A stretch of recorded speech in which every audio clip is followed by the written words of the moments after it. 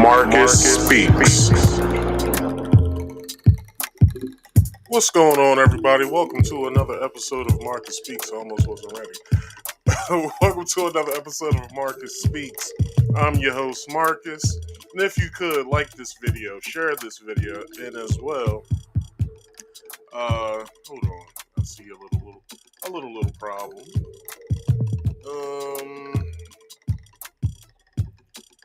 Yeah, I just moved this over just a little bit. All right.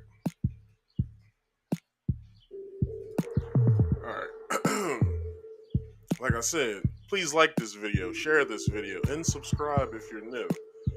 I just want to go through a couple promotions before we start. That's about it. And we can get today's show rolling, or what have you. So let me play my theme music. Let me mute this music, but let me play my theme music in the meantime.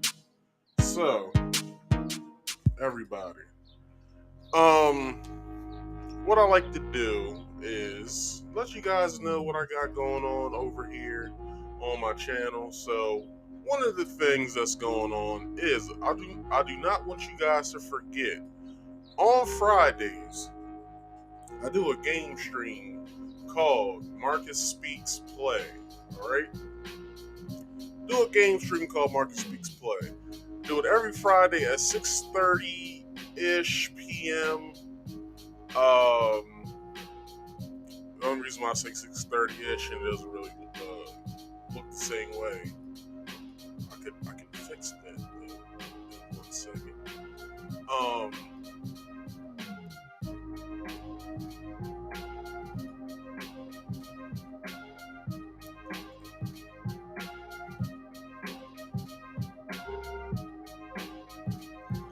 1 second. I'll be right with you guys. Alright. Save that. Bring it back up. So yeah, 6:30 ish p.m. I don't think it's saved. It didn't. It didn't. No, that's not the right one. Sorry. This is the right one. 6:30 ish p.m. Eastern Standard Time. I do a game stream. Right now I'm playing Kirby in the Forgotten Land. I want you guys to come on Fridays and watch. It is so fun. If you guys have a Switch yourself, you get to watch and you get to see what you have to do. Because I go through everything. I make sure I get every single secret on every level. I do not disappoint. As well, please don't forget on Saturdays like this, which is every Saturday, I do a game. I do my podcast, my show that I do every Saturday at 6:30 p.m. Eastern Standard Time as well. Reason why I picked this time is because people have things to do, and you guys want to go out and hang out with friends, or you might have a loved one that you might want to spend the rest of your night with. So I do it at 6:30 just for the simple fact that you guys can tune in, and then you guys can watch for a little while, and then like I said, it's Saturday, so you guys don't want to be hung up just doing whatever. So please watch on Saturdays as well. My podcast, what you're watching right now. And if you paid attention to the title, I do want people to call in tonight. I will put the link up, and I will pin it for the topic of the night. But I have some stuff in between that I want to talk about as well. But with that being said, I have 2 YouTube channels. I have my main channel, which you're watching this podcast on, and also have my game channel, Marcus Speaks Play. You can also see Marcus Speaks Play here on the main channel, but I'd much rather you see it on my game channel. But if you want to stop by here, that's fine too. Alright? So, I also stream that game that I'm playing right now, Kirby in the Forgotten Land, and all the other games that I play on Twitch TV.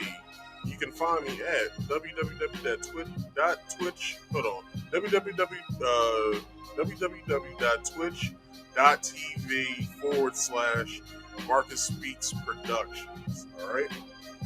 Now, it was written right there on the screen for me. So, I want you guys, if you don't like watching games on YouTube, you'd much rather do it on Twitch, watch it on Twitch.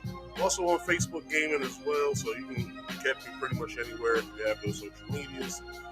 If you have any sort of recommendation, game recommendation, story recommendation, as far as like a show recommendation, something I can do, like a segment I can do with this show, or have you, let me know. All right. Where you can do it is in the live chat, the comment section if you're watching the replay, or my DMs. The way you can do that is follow me on social media, and I'm on Instagram at marcus.speaks.podcast. I'm also on Facebook at Marcus Speaks. I have a group page over there at Marcus Speaks Podcast. Either search it in the search bar on Facebook, Marcus Speaks Podcast, or you can hit me up. You can type it in your address bar. Just do facebook.com/Marcus Speaks PC. The M, the S, and the PC is all capitalized. All right. So please check out all those links if you can. It'll help me out a lot. Follow me, subscribe, so I can, just get me out there. All right. And also another way you can get me on this algorithm wave is like this video, share this video, and if you're new, subscribe to this channel. All right. And once you subscribe to this channel, scroll down. You'll see my other channel right there. You can subscribe. And you can hit that bell as well. To all. So hit all of that up. Let me know, how you feel by dropping a comment in the chat section. All right, I will be paying attention. I will be reading. So, with that being said, I am using Restream.com. This is not a paid promotion to stream to Facebook, YouTube, and Twitch. I also do my podcast over at Twitch and Facebook. I'm trying to get on Facebook Watch, so let's see if this picks up. But anyway, YouTube is my home of homes, and this is where how we do it. So, everybody, who wants to get in today's topic? Let me shut down this theme music, and let's get back to the realness. Oh, that's a good song right there. So, if you guys have never seen my show, I read articles most of the time, or, if there's like a popular video that's been out, I'll talk about that. But in order for me to play that video, I have to use caution in a way.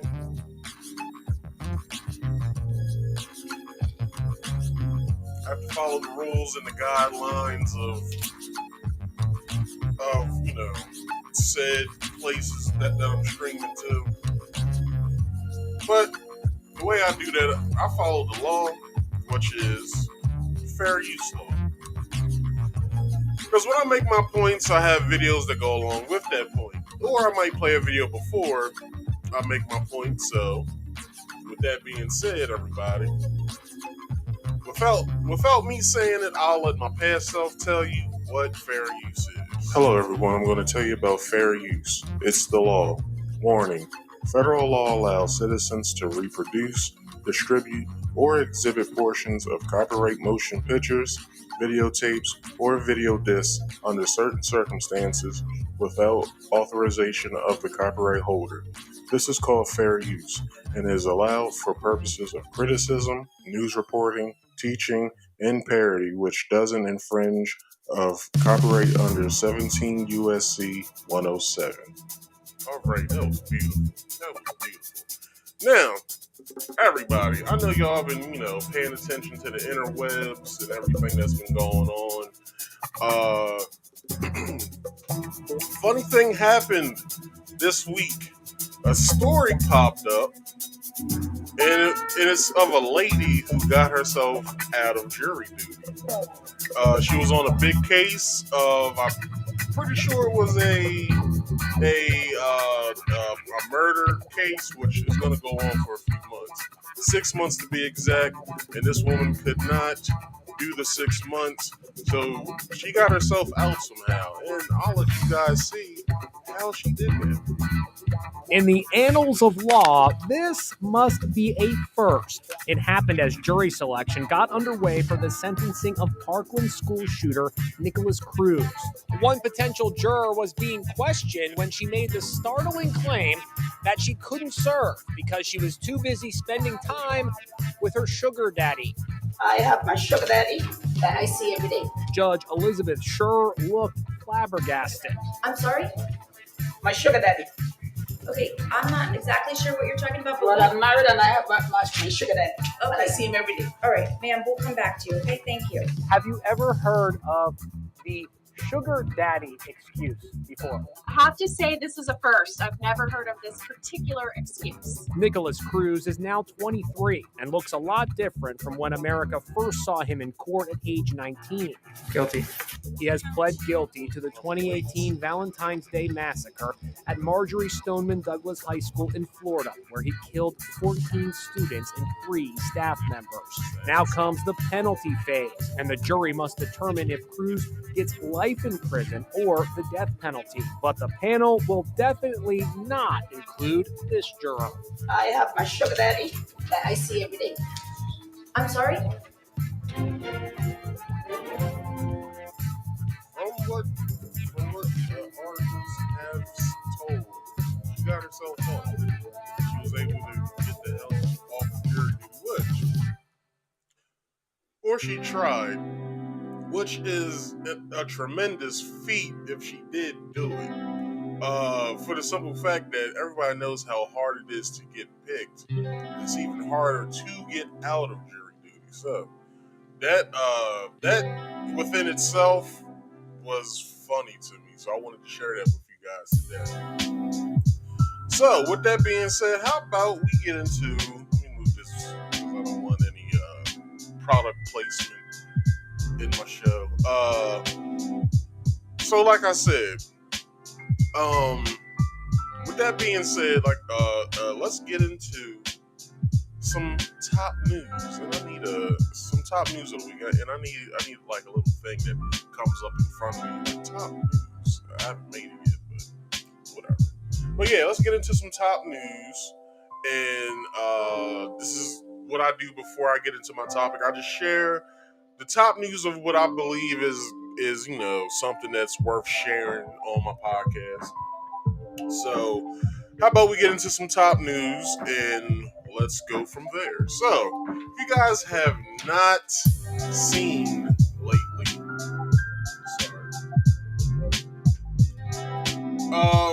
the whole Chris Rock and Will Smith thing, this is dead, but somehow it keeps coming back up in the news.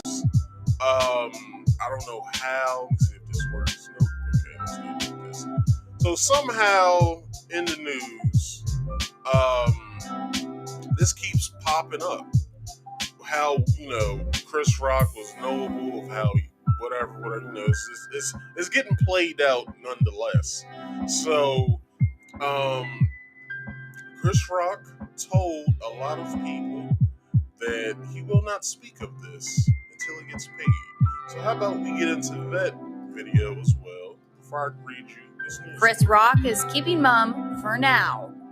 The comedian took the stage at a casino in Palm Springs, California over the weekend to crack some jokes, but he told the audience that he has no plans on addressing Will Smith smacking him at the 2022 Oscars until he sees some cash. Quote, "I'm okay. I have a whole show and I'm not talking about that until I get paid," Chris said, according to the Desert Sun. The publication also reported that the 57-year-old quipped that he got his, quote, hearing back following the incident. King Richard star walked on stage and slapped Chris across the face during this year's Oscars telecast after the comedian made a joke about the hair of his wife, Jada Pinkett Smith, who has alopecia. On Friday, the Academy announced its decision to bar Will from all events and programs related to the organization, including the Oscars, for 10 years. Will said in a statement to Access Hollywood that he, quote, accepts and respects the decision. He previously issued an apology, calling his behavior, quote, unacceptable and inexcusable, and resigned from the Academy. Though Chris has stayed mostly quiet, other comedians have shown their support. At the 2022 Grammys, Chelsea Handler shared with Access Hollywood why she's applauding her. Alright, that's not really important what Chelsea Handler has to say, but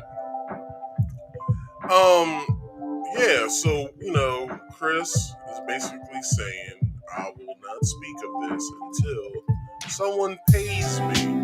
Now, if he's speaking of Smith himself, or if he's speaking of getting more money out of the deal, who knows? So, let's see.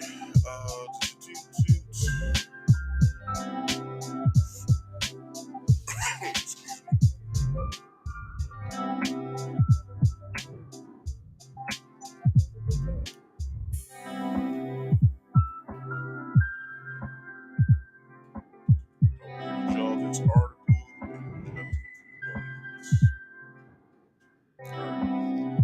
So, it states, Chris Rock says that I'm not talking about it until I get paid. Now, Chris Rock quipped on stage Friday night that I got my hearing back after Will Smith slapped him on stage at the Oscars over a joke. Excuse me.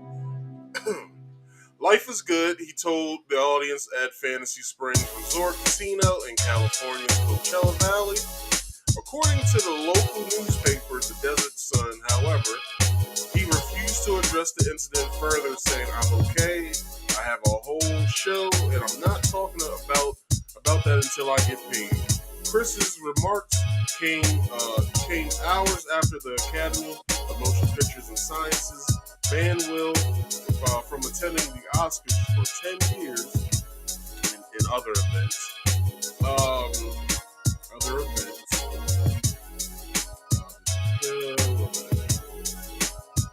Oscars for 10 years on account of the slap. Will had, however, permitted to keep his Best Actor prize for King Richard, which he won less than an hour after striking Chris Rock. During the Oscars on March 27th, Will marched on stage and slapped Chris for making a bald joke about Jada, who shaved her head because she has alopecia. Jada, I love you, G.I. Jane 2. Can't wait to see it, Chris Pratt. In reference to the 1997 movie starring Demi Moore with a shaved head. Will has seen initially laughing at the joke, but Jada rolled her eyes and then took to the stage to give Chris a smack across the face. Then Will flounced back to his seat and reportedly screamed at Chris, "Keep my wife's name out your effing mouth." Less than an hour after his outburst, Will was awarded the Best Actor and received the standing ovation for his terrible speech, in which he called himself a protector of his family and expressed a desire to be a vessel of love. Although the apology to the Academy and his fellow nominees during his speech, he did not issue an apology to Chris Rock until the following day. Last week, before the Academy could decide the punishment it should impose for the incident, Will resigned from the organization a week before class when they made the decision. Although his departure meant he could no longer vote for the Oscars, he at the point was still able to attend the show. Now that a 10-year ban has been imposed by the Board of Governors, several Academy members who are not on the board have shared their strikingly polarized reactions with the Hollywood Reporter. As a believer in second chances, I want to see Mr. Smith host next year's telecast. Said Rain Man co-writer Barry Morrow. Punishment should fit the crime. Publicist Beverly Walker also called the ban too much. Decrying the Academy's long-standing habit of hiring comedians, hosts to march out and insult or make fun of their very people being celebrated. She argued, given the expression on some faces, there have undoubtedly been some who would have liked to make some sort of protest. What Rock said was egregious, and he had to know it would not be appreciated. This should have been taken into consideration in meting out punishment to Mincing out punishment to Smith. Stephen Porter of the Sound branch maintained that the punishment was harsher than I imagined it would be, and felt it's possible this incident will mostly be forgotten before this term concludes. On the other side of the aisle was singer Carol Connor, who felt the 10-year ban was appropriate and said, "What if Chris would have fallen down and hit his head?" I don't know one person who's ever gotten smacked and fell down and hit the head. We'll take what she said into consideration. The one guy is 140 pounds soaking wet, and the other guy played Muhammad Ali. And one guy, and I guess both of them are older brothers. I think Will is the oldest of his siblings, and Chris is the oldest of his siblings. So, and then Chris came out like, or not. He didn't come out, but it's been a video circling around when he was on Howard Stern, where he spoke to Howard about how he dealt, and he's in therapy every day to deal with the fact that he's dealing with the fact that he was bullied in school when he was young.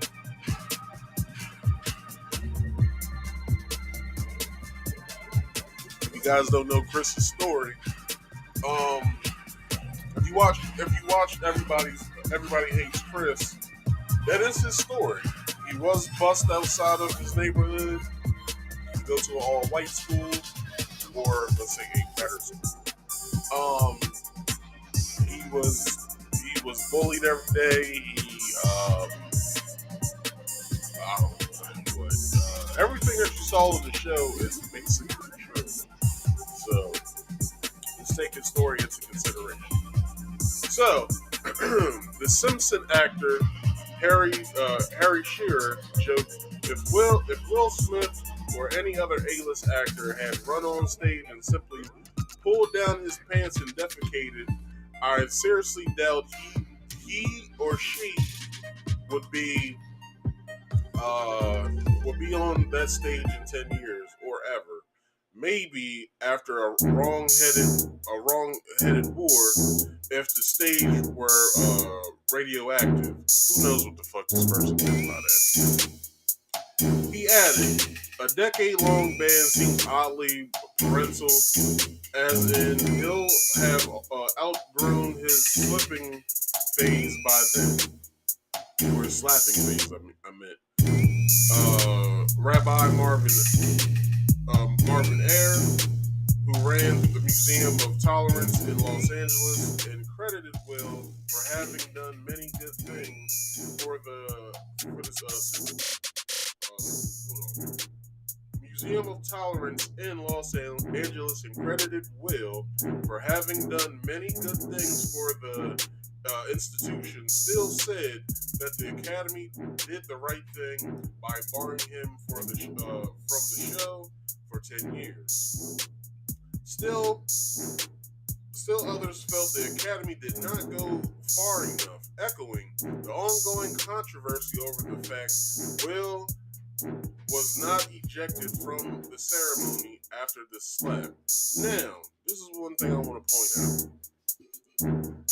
The Academy said that they did ask Will to leave. I don't believe that at all. For the simple fact that if he was asked to leave,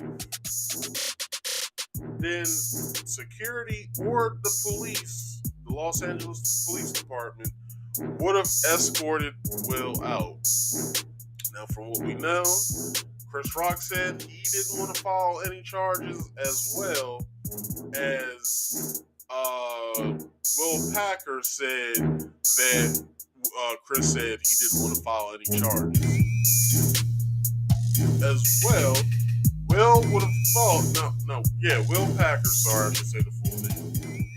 Will Packer said that it would have been an upsetting thing if Will would have been carried out, especially in handcuffs. I said this a few weeks ago.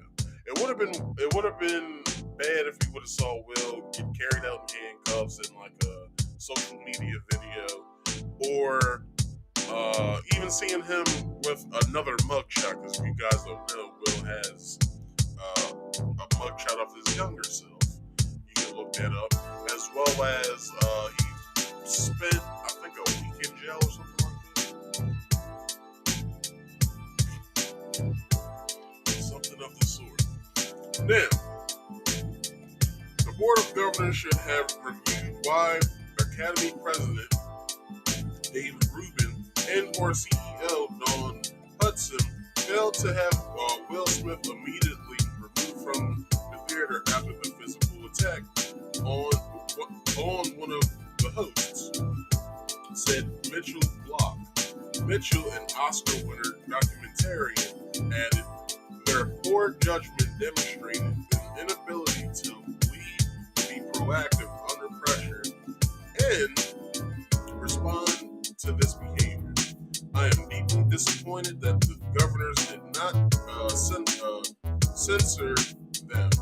He should have been banned for life from reapplying or qualifying for a nomination for his arrogance and lack of sincerity in his apology. Now, check this out.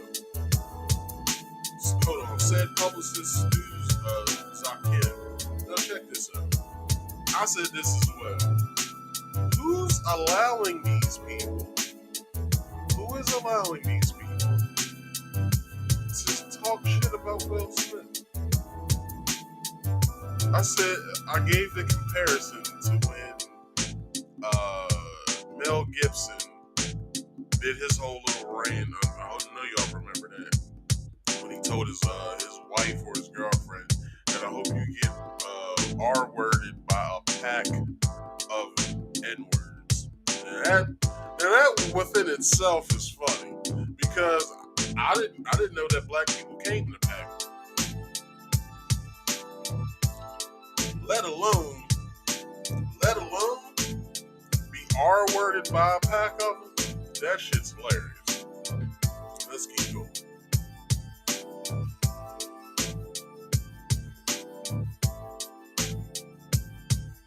It showed a lot of remorse when he was dancing to his song at the Vanity Fair party. Producer Lawrence David Folds argued, at the very minimum, Smith should have also been permanently barred from future membership. The Academy dropped the ball by not taking action when it happened. This after the fact punishment is like the old saying. Close the barn door. Executive Larry Gleason said, too late and too little. Stephen Scott expressed his disappointment that Chris Rock and the Academy decided not to press charges for Will Smith's attack. What message are we sending? That when we're assaulted, it's best to just keep our composure and not complain. Well, how about y'all say that to all the women that Harvey Weinstein and fondled and did all his egregious acts to? Or how about we say that about what's that director's name that can't be in the country anymore because he was fiddling with children? Roman Polanski. Well, how about we say that about Roman Polanski? How about we say that?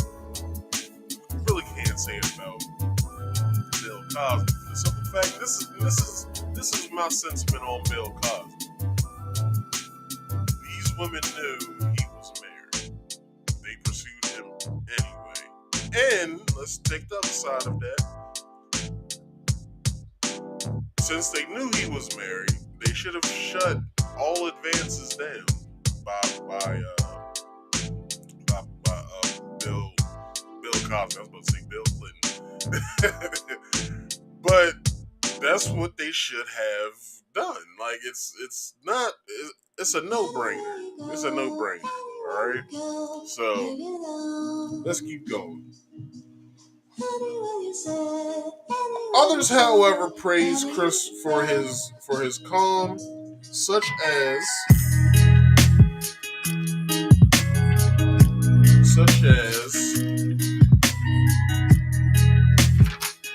Beauty and the Beast producer Don Hahn, who quipped that we owe Chris Rock honorary statue and some ibuprofen, that's funny, for holding it all together with humility. Upon arriving at their decision to ban Will for 10 years, the Academy released a statement denouncing his unacceptable and harmful behavior, which they said overshadowed the rest of the award show. Hey, but y'all got y'all views though. Y'all know that y'all pull in, let's say 2 million, not even that, like 500,000 views when it comes to the Oscars. You guys doubled, if not tripled, your viewership of that very show. Because everybody heard that Will Smith slapped Chris. So really, it's a blessing to y'all. If y'all look at it like that, it's really a blessing. So y'all should take whatever happened and be okay with it. Just saying. Now,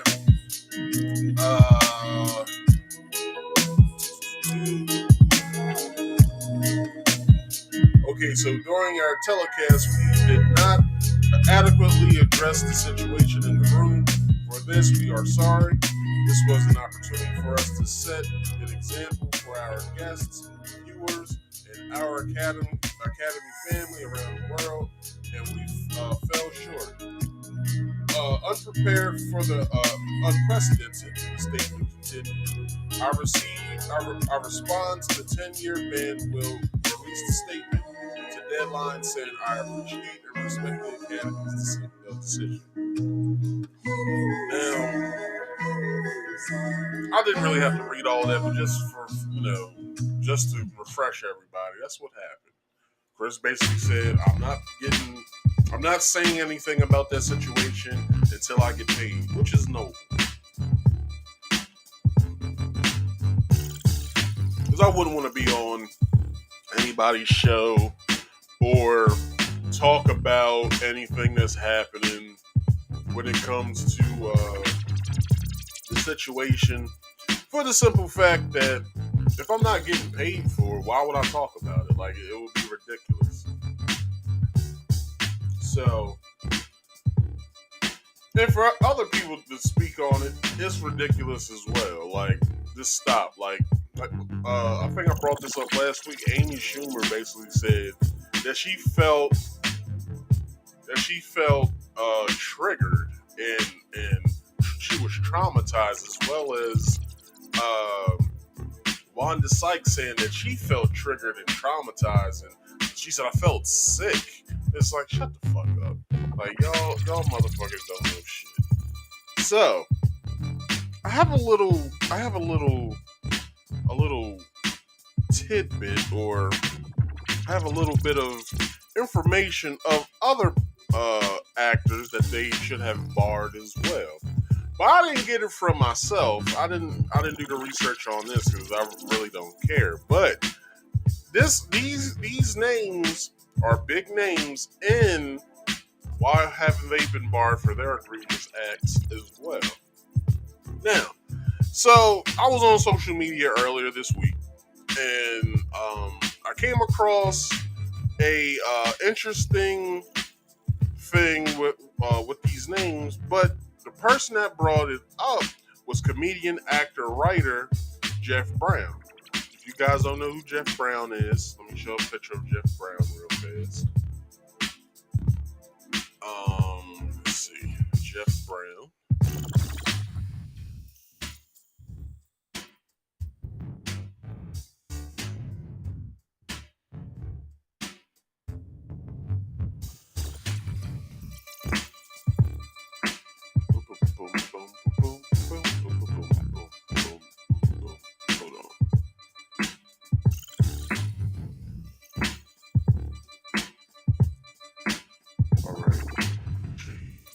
guys an image of who Jeff Brown is. It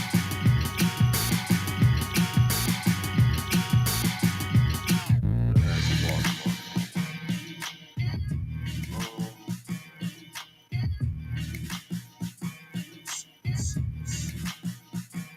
What's his best picture? I guess I can show this face shot. So, this is Jeff Brown right here on the side, right here. That's Jeff Brown. Jeff Brown, he stated this week from a Facebook post of his, of these names that were brought up, when it comes to people that should have been barred as well. Alright? So it goes like this. Victor Salva, white director, Jeepers Creepers of Jeepers Creepers and Powder, which are two good movies, served time for sexual acts against children. Wow. Kevin Spacey, white actor, producer, Oscar winner, more than 15 accusations, and 9 legal allegations of harassment by underage boys. Well, won't say that they're underage boys because they was grown men. Because one of them came out. He was on the Star Trek movie. I forgot which person came out. He came out as gay as well. But yeah. Child actor, was assaulted by Kevin Spacey. Kevin Spacey comes out as gay, which everybody, I don't know, well, not everybody, I wasn't shocked, but everybody else was shocked when they was like, oh my gosh, he's gay. It's like, can't see it. Anyway, I said Kevin Spacey. Charlie Sheen, Mr. Tiger Blood himself, white actor, literally shot one woman and assaulted quite a few others. Alec Baldwin, white actor, about to go to trial for shooting someone on set. He literally shot a bitch in the face. He literally shot, if you guys didn't hear that story, he pointed the gun towards the camera. When he shot it, it shot a real bullet, supposed to be a real gun, fake bullet, but the whole Brandon Lee shit. Fake gun, real bullet, or fake gun, real bullet, like, come on now. He shot it, bullet came out, hit the woman in the face. I think it shot her, she got shot in the head, and she died right there on set.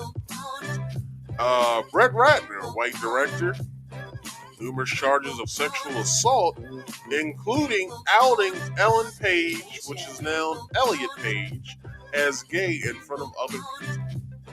Now, they're both a part of. Now, from what I understand, when it comes to a job, represent your job.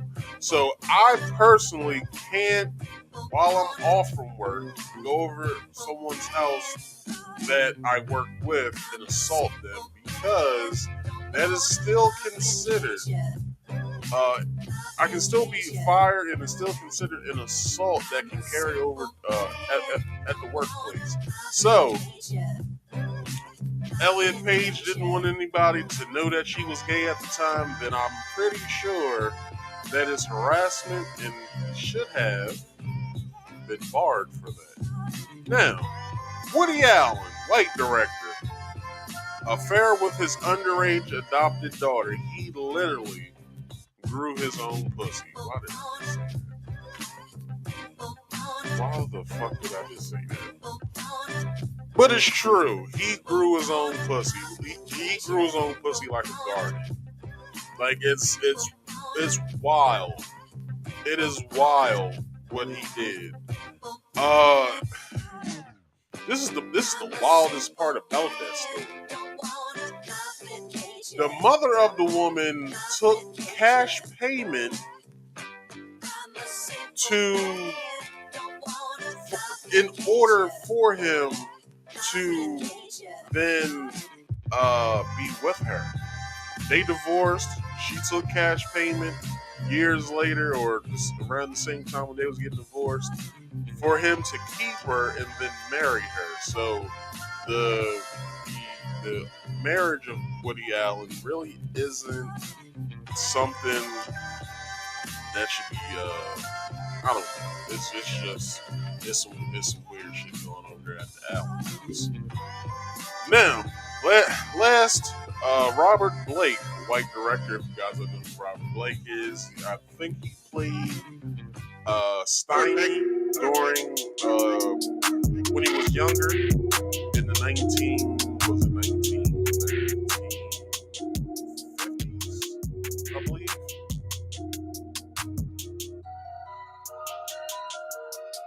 1950s, 1960s. He played Steiny, I believe, in The Little Rascals, the old Little Rascals, not the movie. I think they just rebooted the movie as well with new actors, but not the 90s movie, the one that I grew up on, but the actual show that came on, I believe, in the late 1950s, if not early 1960s. Perfect. Robert Blake, white actor, found liable for the death of his murdered wife, Bonnie Blake. Wow. Brother did that shit. Anyway, so in case you're keeping score, he writes, none of these white men ever received a ban from the Academy for any amount of time, let alone a decade. But the black guy, Will Smith, never arrested, which he was arrested. Yeah, he was arrested. Squeaky clean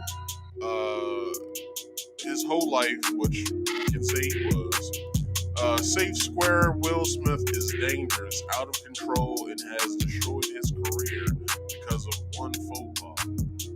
This is the narrative, but you know what? I'm gonna bet on black this time. He says, "You think you can spank one of the biggest stars in the world?" This is one of the sentiments I shared as well. You can spank one of the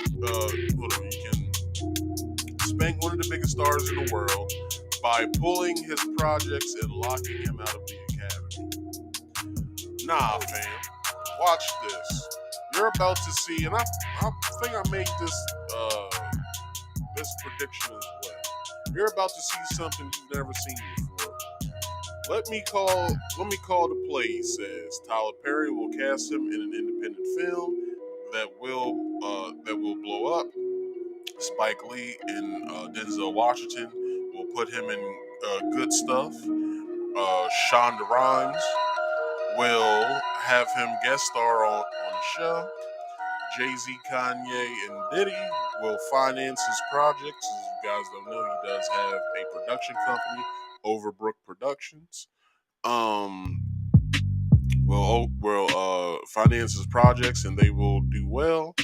Then, when this happens, when he's still bankable, watch the other projects return and watch the ban be shortened.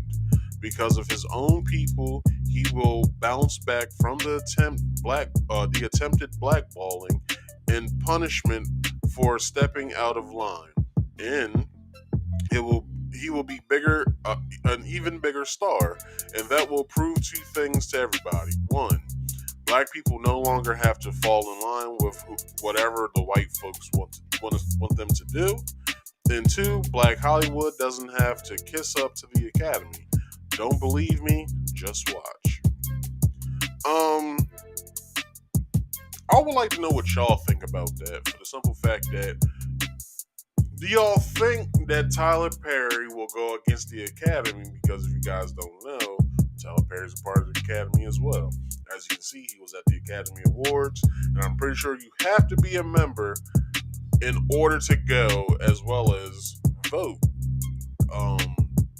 Vote for awards as well. From what I know, actors and people who are a part of the Academy, when movies come out, they get a DVD of each movie. Because most of these stars have theaters in their houses, and why go to the movie theater if I have a theater in my house? So they get DVDs to pre-screen movies. So Will no longer get the pre-screeners as well. And what else will Will not be able to do anymore? He won't be able to vote, attend all Academy events, get pre-screeners, and what else? I think that's it. And be in movies and stuff, but we knew that anyway. But here's some weirder news that came out the middle of this week. I believe Wednesday it happened. Chris Rock's younger brother, Kenny Rock, said that he wants to fight Will in a celebrity boxing match. Now, I don't know why, because that's weird, but let's see. So, Chris Rock's younger brother Kenny signs celebrity boxing contract. Chris Rock's brother wants to duke it out, that's weird, duke it out with Will Smith after the viral slap of the comedian at the Oscars. Kenny Rock recently signed a deal with celebrity boxing founder Damon Feldman to fight this summer in Florida. Kenny has yet to be matched with an opponent, but when pressed by TMZ, he hinted that going face-to-face with Smith isn't a bad idea. I should get in the ring with Will Smith, Kenny said. Versus younger brother added, no ifs, ands, or buts about it. I'll let the hands do the talking. That's a pretty big statement for somebody that is not well known, but he is a celebrity sibling. But Will Smith has been, and I said this a few weeks ago, if not last week, Will Smith still trains with the very trainer he trained with on Ali. So if he wants to hop in the ring with Will, hope he has more experience than what Will Smith ever had before doing the Ali movie. But I will say this. Will ain't got nothing to do, so if he wants to do it, then I would say do it. It's it'll be fun. They can do it like how they've been doing all the other celebrity matches with the Triller thing with the what's those the YouTuber's name? I forgot his name. Jake Paul, the Paul brothers. Like the Paul brothers been doing. They can do something like that. And I'm pretty sure if it happened, it would be watched because Will Smith's attached to it. But I'm pretty sure Will Smith wouldn't take the time out to do that. But Will Smith is in shape. He's in tip-top shape. So who knows what would happen. Like I said last week, Will Smith's story, this whole Academy Award thing, is nothing but like a Marvel movie. You've seen the movie, we just don't know what the mid-credit scene or the post-credit scene is going to be yet. We're just waiting on those two things as the credits roll. Now, another person who put themselves out there and said some stupidness was that actor, the one that's all the way on the right. Actor Harry Lennox calls on Will Smith to return his Oscar. And people have been wanting to cancel his ass since he's done that. So Harry Lennox is encouraging Will Smith to voluntarily return his Best Actor Oscar statue or statuette to make amends for his behavior at this year's ceremony. When he hit Chris Rock on stage, Lennox, 57, actor known in roles in movies like Ray, Justice League. He was also in the Five Heartbeats as well as what else? Matrix. He was in Matrix 2 and 3. Let's see. Wrote in an op-ed that's in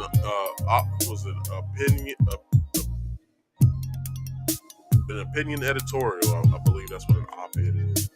So he wrote in an op-ed for Vanity Fair that Will Smith, 53, needs to come to grips with the gravity of the offense he committed and express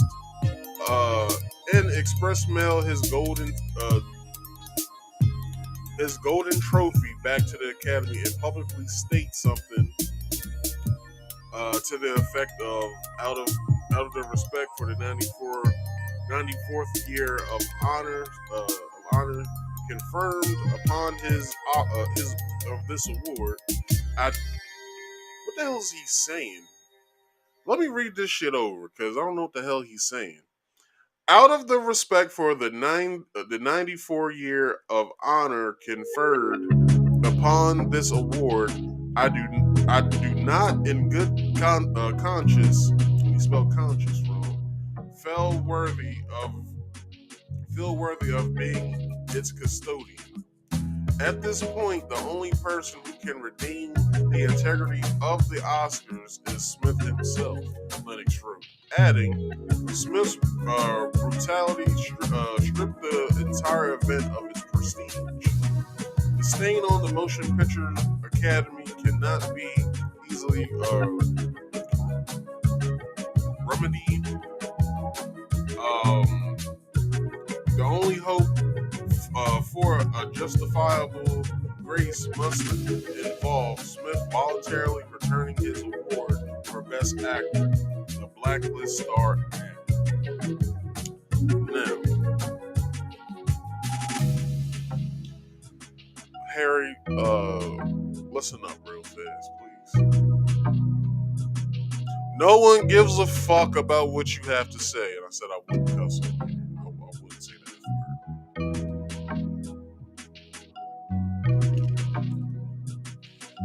Harry, what you need to do is show me your best combination. Nobody knows the reference of that very what I just said. Watch the 5 heartbeats. You'll get what I'm saying.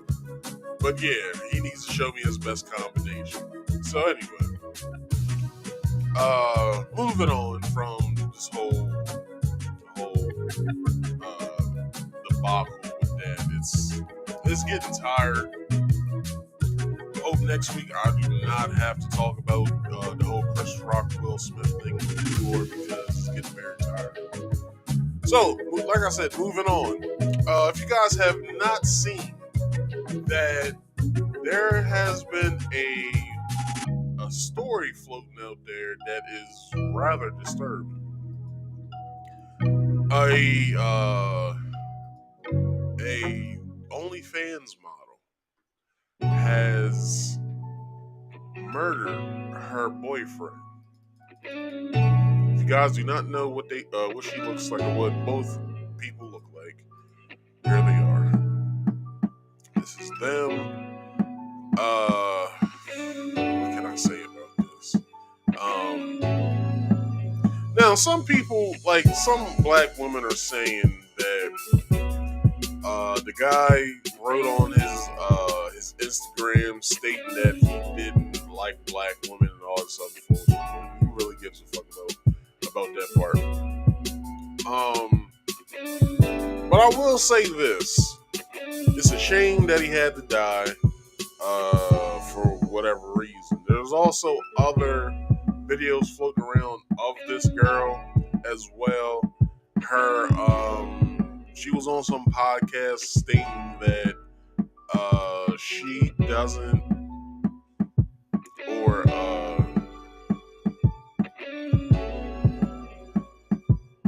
she was on some podcast stating how she doesn't like being controlled or she doesn't like being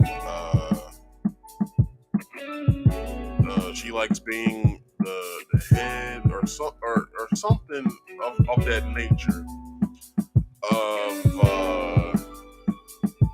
in relationships. She likes being the dominant one, so who knows? So, let me show you. It's 2 videos, I believe, in this article I have to show you, and let's see. Yeah, it's 2 videos I have to show you guys. So this is the first one. Let me back out of that, and let me show you this video. It's about to be flagged. So as you can see, that's her sitting in the hallway. She is sitting down because she's handcuffed. The cops are assessing the situation. As you can see, it's blood all over her. Or on her face. She's been hidden. It's the opposite crime scene going on. I'm pretty sure that's her dog. It's not a canine, but it's probably just her dog. It's her. But judging, no, I will not bring it up because that's in the next video. But yeah, so basically, they arrested her, and they basically have yet to do. Right. So,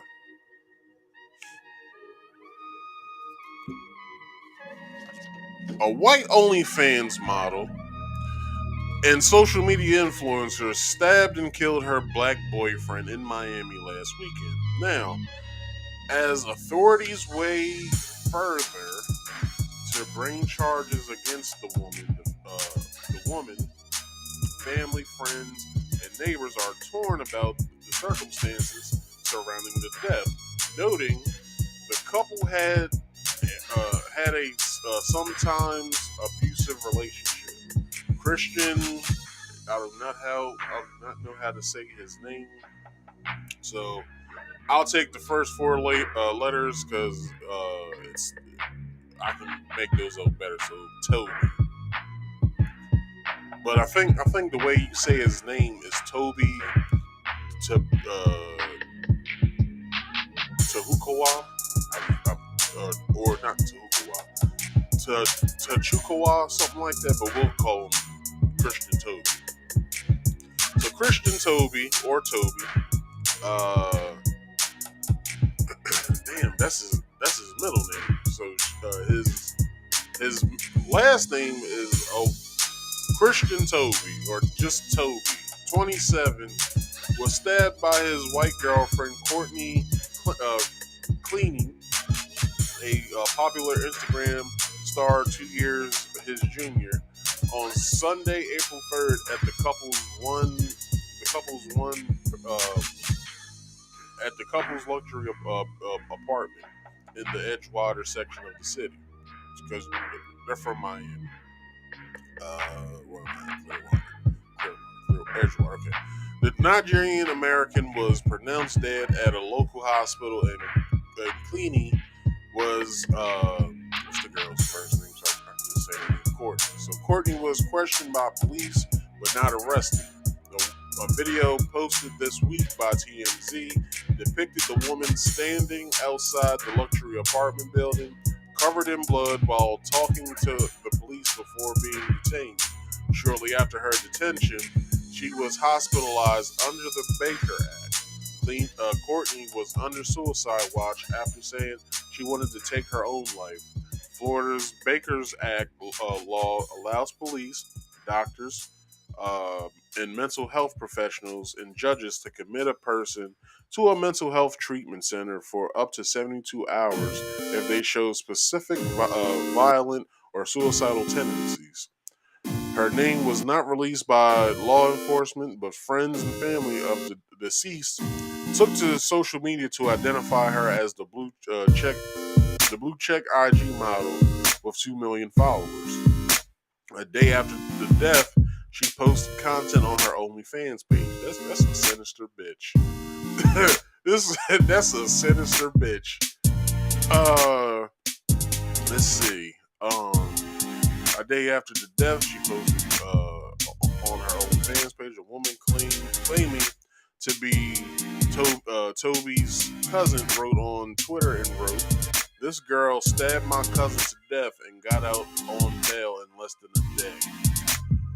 At Courtney Taylor, I guess that's her IG name. Later, she posted a GoFundMe link titled "In Memory of Injustice of Christian Toby." This bitch is sentenced, or is it the cousin that did this? I'm pretty sure it was the cousin that did this. That was set up by Toby's brother Jeffrey. It is not enough to say we are shocked and hurting. We are utterly devastated. Jeffrey wrote. We'll just call him Jeff for short. His murder leaves many unanswered questions and creates a void that can never be fixed or filled, not even with time.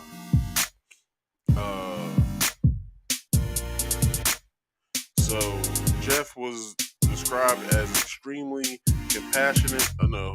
Toby was described as extremely passionate and is said to have had an infectious smile that could light up any room.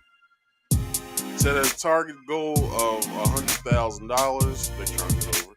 The family says the funds will go to the post-mortem transportation of the body. Okay, so they're taking it overseas, so they're burying him. The body, funeral arrangements, attorney fees, litigation, counseling, and bills.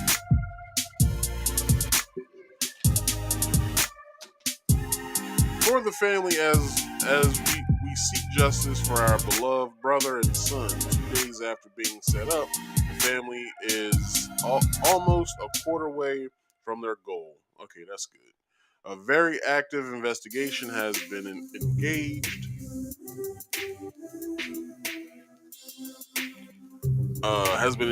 By law enforcement, hoping to determine the motive of the assault. Not ruling out self-defense on the woman's part, and noting there was a struggle between the two before the stabbing. Miami PD spokesperson said, "We know that there was a physical altercation between them before he was stabbed." Friends of the couple said they knew the couple had a volatile relationship, but say they don't believe he was the aggressor in the relationship. This is one thing I can tell y'all.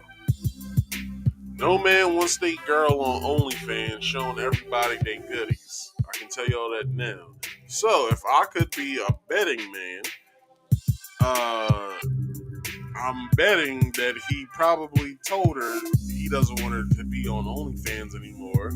Thus, I just said earlier, she doesn't like being controlled in relationships. She likes being the controller. So she probably told him back, "Well, if you don't want me on OnlyFans, then you can leave," or whatever, or F you, or whatever that she said. I wasn't there. I'm just making speculation. But I'm pretty sure it was around the lines of that. So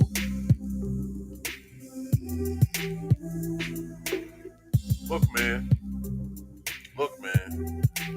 I really believe wholeheartedly with this. I'm not even finished this article yet.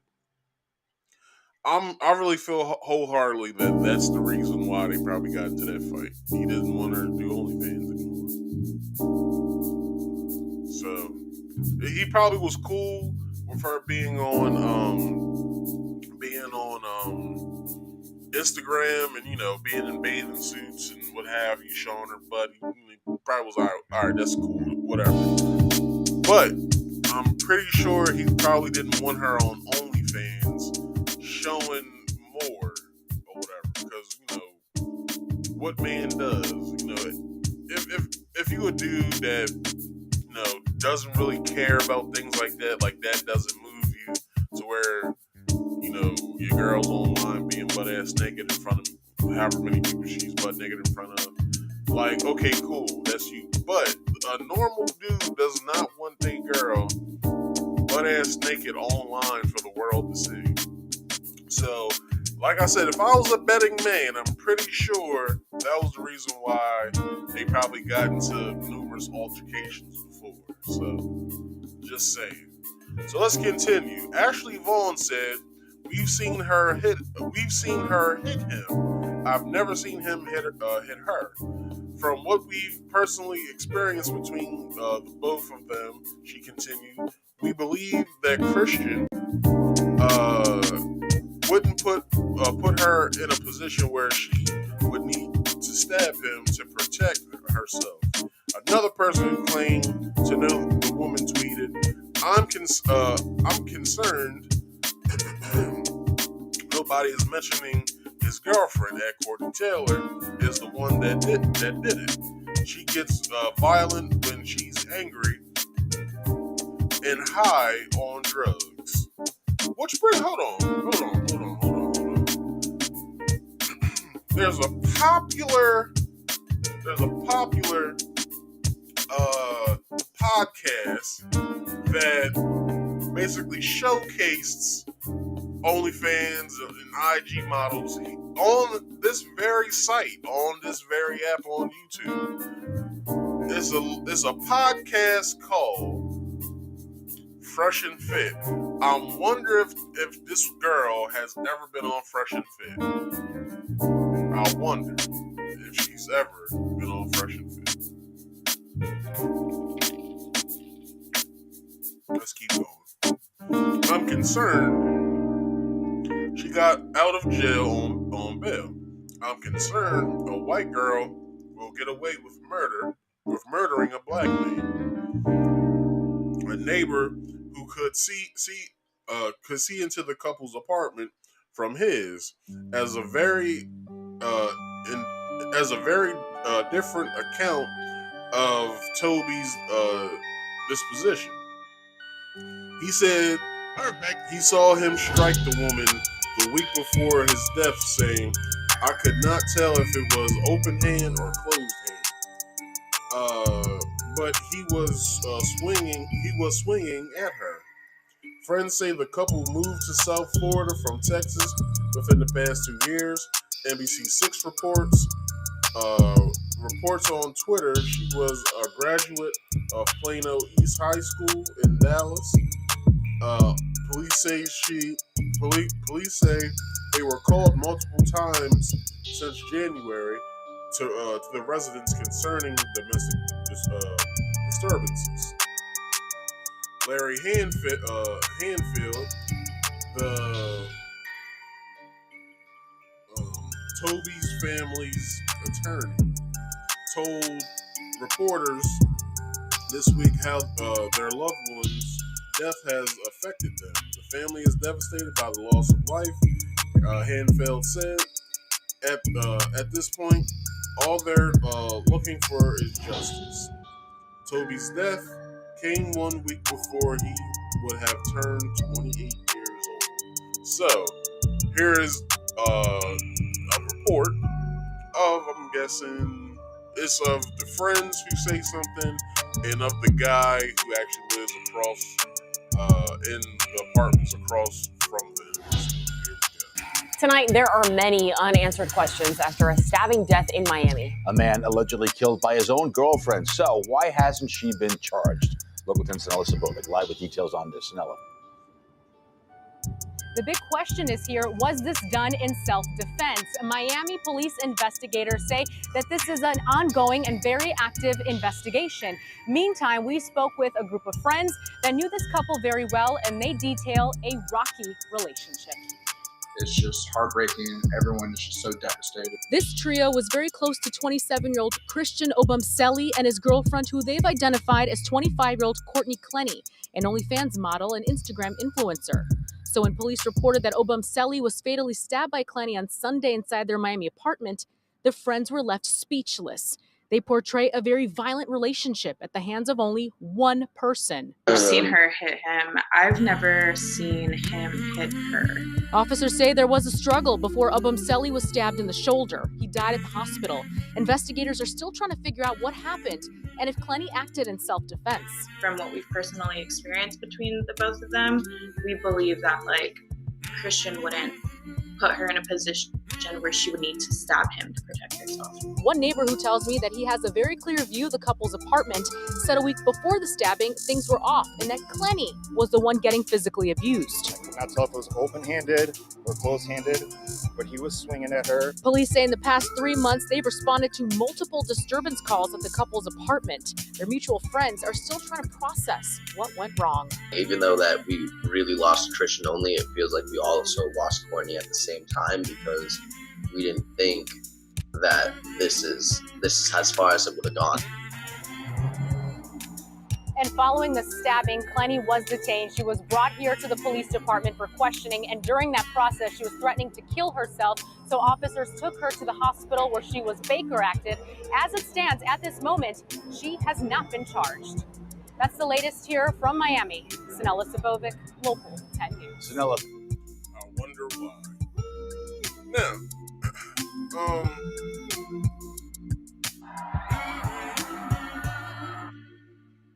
I wonder why.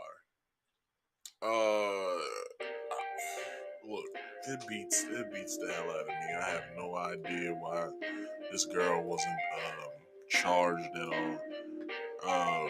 But perfect. She could possibly be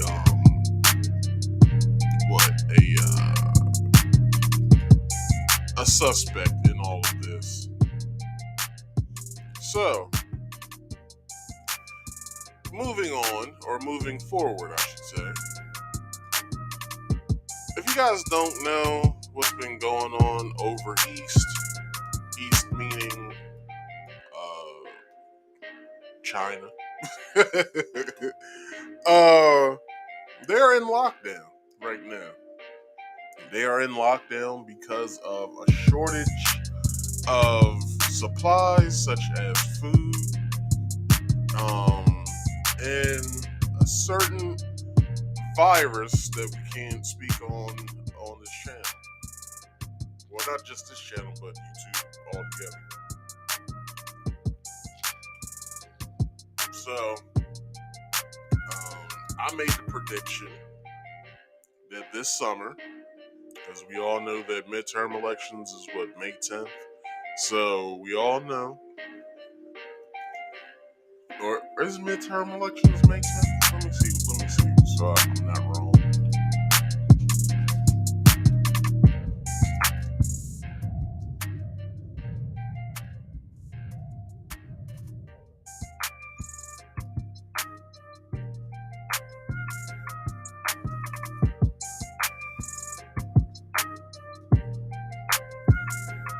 November 8th. So November 8th is when midterm elections are. So,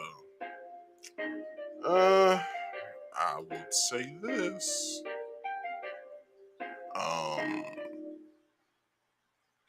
We might see it. Just might. You never know.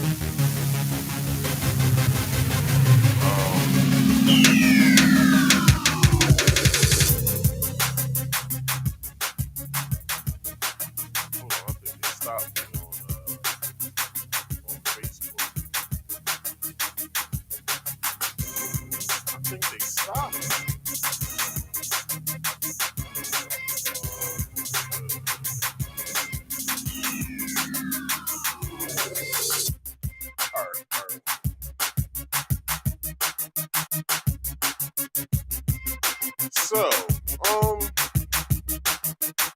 you know, it's just a matter of time until we might see that over here. Just saying.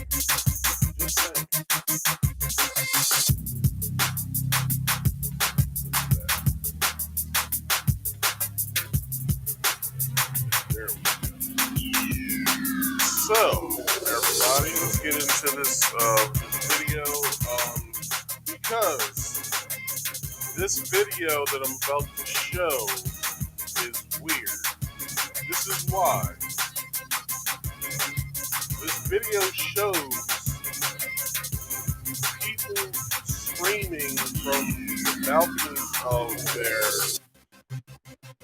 balconies of their homes. And I don't know if it's a protest or is it them being starved to death? Who knows? I have no idea, but we will dive deep into this once. 这个是正常的叫，完了同一奶奶的，所有人都在叫。 A video of people in Shanghai screaming from their balconies have been widely shared on social media.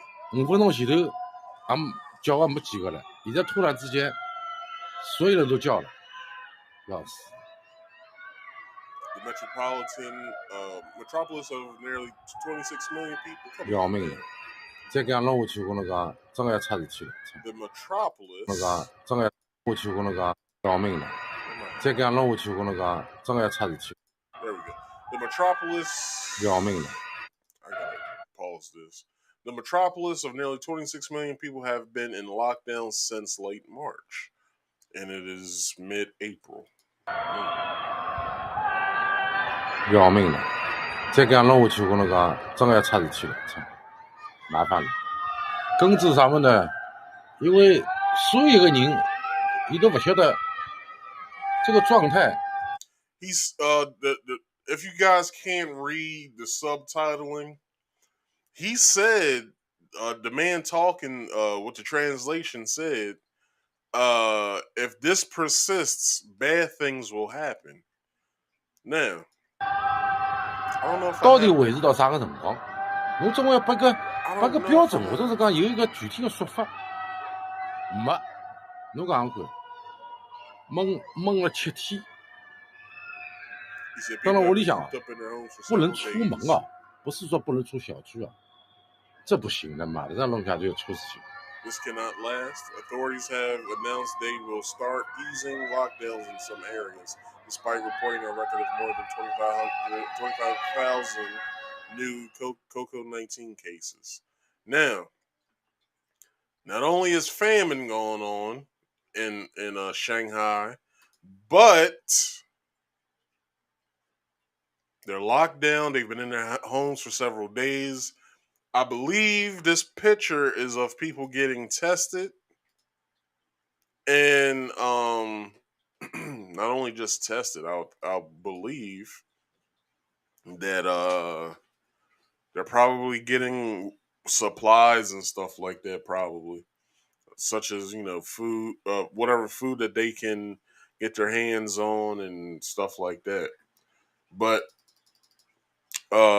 with the population being so high in China, I watched this food show, and I was basically I told this to a coworker, and they try to cuss me out for it, and it's like, this is what I saw. So in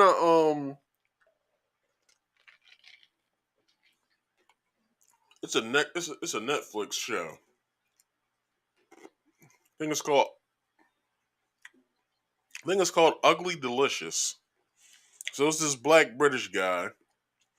He goes around to certain countries and try their street food, their street cuisine. So one of the places that he went to, I don't know if it was Japan or if it was China. I'm not sure. But what's the capital of China? Is it let's see. Because he was in a city.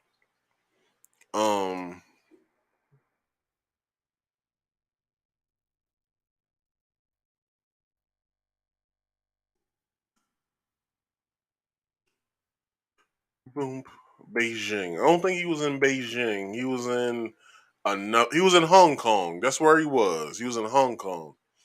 So, if you guys don't know, Hong Kong is actually a English territory. But anyway, he was in Hong Kong.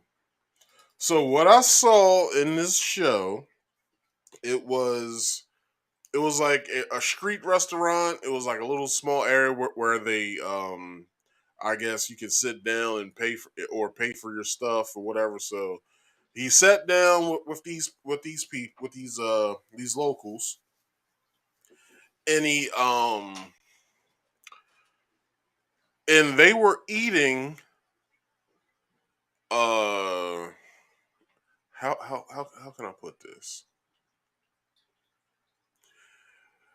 They were trying other types of flesh of animals, I should say, such as like throat, uh, kidney. You gotta watch it. You gotta watch it because it was kind of like these Asian steakhouses that are popping up now, where you basically cook the food yourself. It was like that. Like you put like they were frying it or cooking it or whatever, and then straight from the fire they would eat it. And the throat that the guy ate, it looked disgusting. It was like this. It was like this white color, but ugh. Anyway, anyway, moving on. Uh, who knows what's going on over there? But let's do this. That's what I forgot to bring up. I forgot to well, not bring up, but I forgot to um bring up my bookmarks on my Twitter. So my bookmarks are up top. Where's the lady? Okay, so I'll. Okay.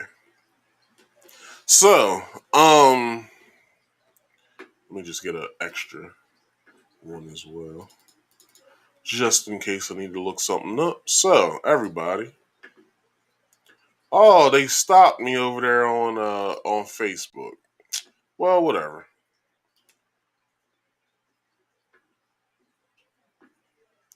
It's cool. It's whatever. Facebook be bugging.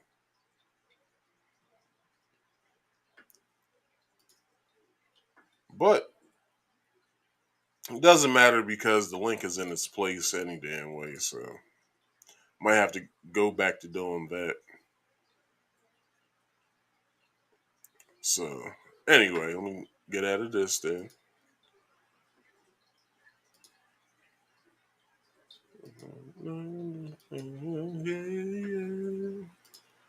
Well, if you guys could, please like this video, please share this video, please subscribe, and hit that bell icon to all if you can, alright?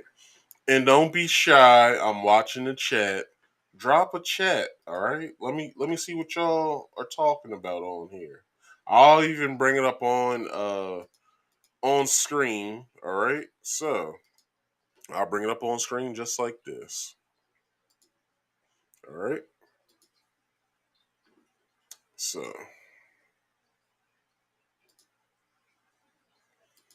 let's see.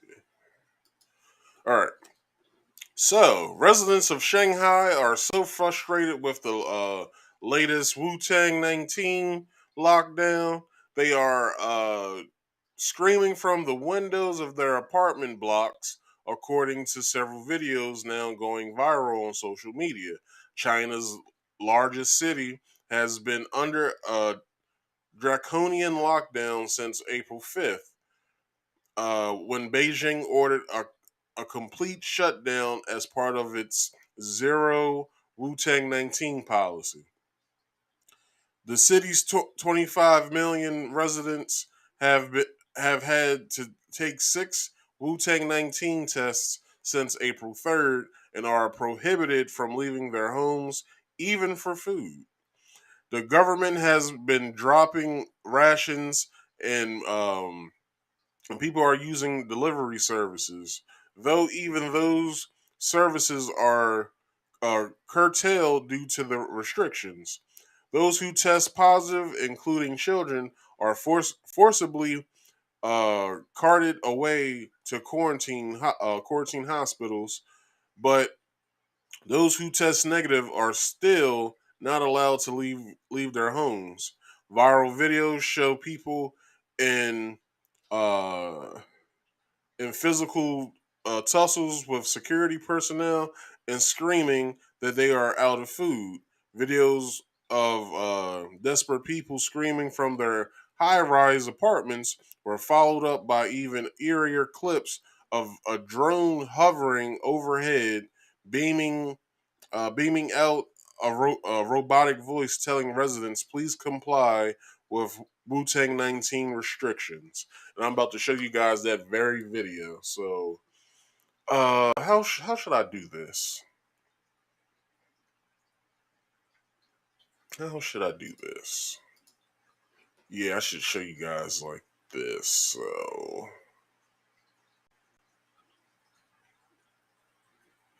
matter of fact, I'll show it to you guys on screen. So, let me get this information here.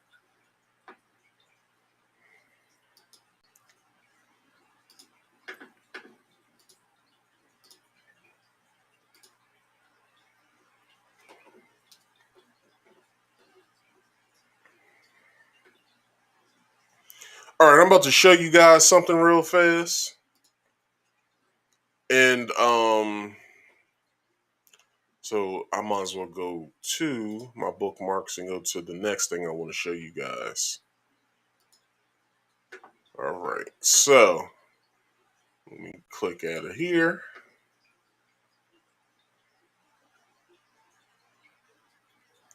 Why did I just do that?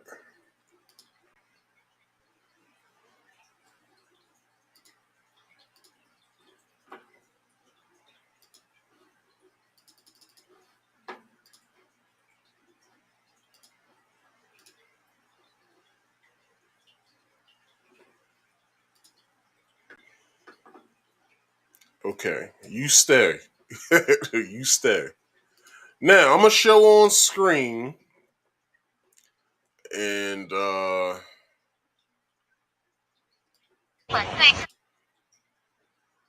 me see if I can. Yes, that's exactly what I want to. No, I don't want to do it like that.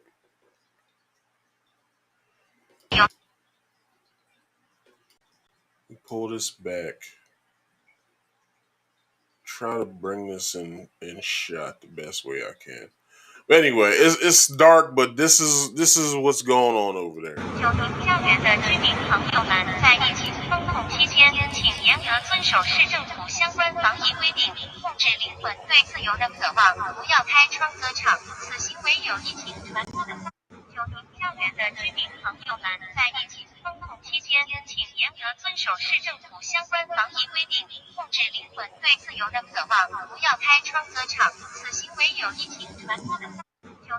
So it's basically a drone telling the people to comply to all Wu Tang 19 restrictions of what it said earlier. Okay? So, control your soul's desire for freedom. Do not open the window or sing. Rebecca Canther, a journalist in Shanghai, told NPR that some people only had a few hours' notice before a lockdown began and had no time to buy food supplies. People are very frustrated, she said. Not everybody is going outside and yelling and being publicly upset in that way, but people are definitely on social media, definitely voicing their frustration because Shanghai is a really big city. It has this reputation for being a very pro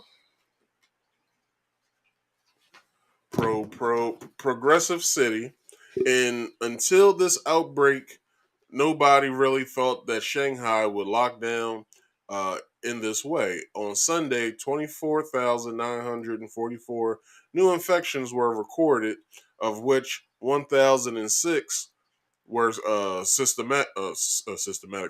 symptomatic.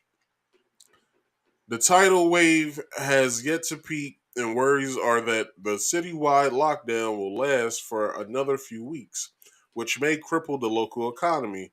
Wang Feng, chairman of Shanghai-based financial services group Yilang Capital, told South China Post the Shanghai government has admitted there have been glitches in delivering supplies, but insists there is enough rice, noodles, grain, and oil. It is true there are some difficulties ensuring the supply of daily necessities. Lu Min, deputy director of Shanghai Municipal Commission of Commerce, told BBC.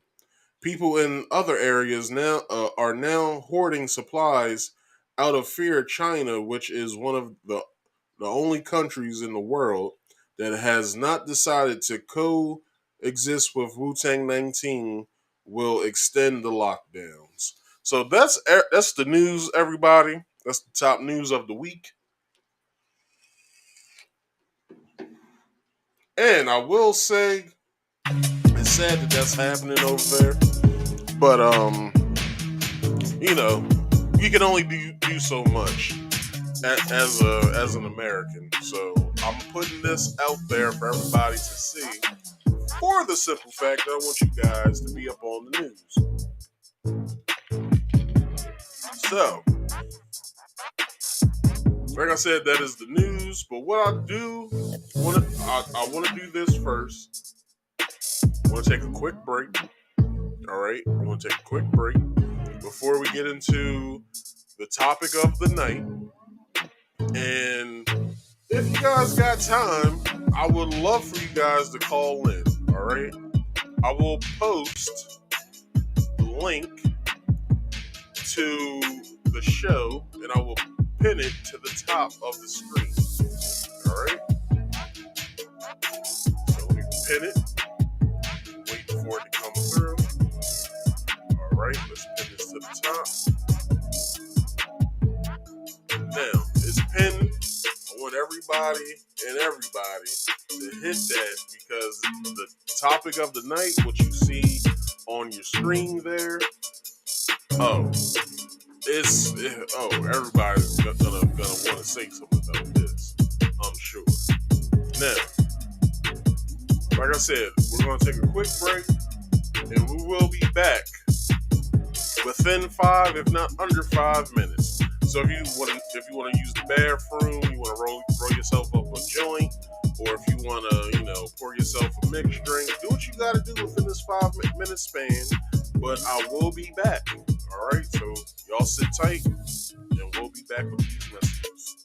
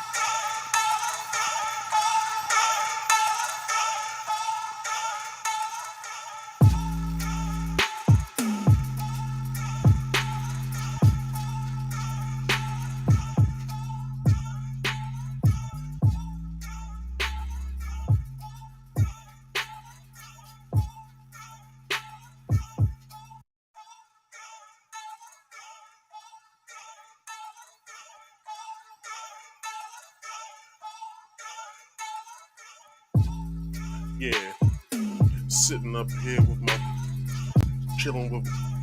It's like that. All right. We are back. We are back. Try to rap for y'all.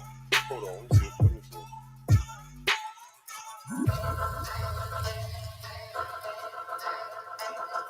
Okay. Okay. Okay.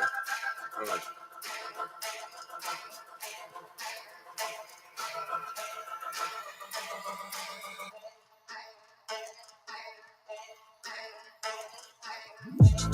Sitting here with the slow folk, chilling with my niggas cause I can't do no. I'm just trying to do what I gotta do cause I'm doing these things cause I'm doing with you. This is Marcus Speaks. Everybody tune in every week on Saturday, 6:30 p.m. Eastern Standard Time. Everybody.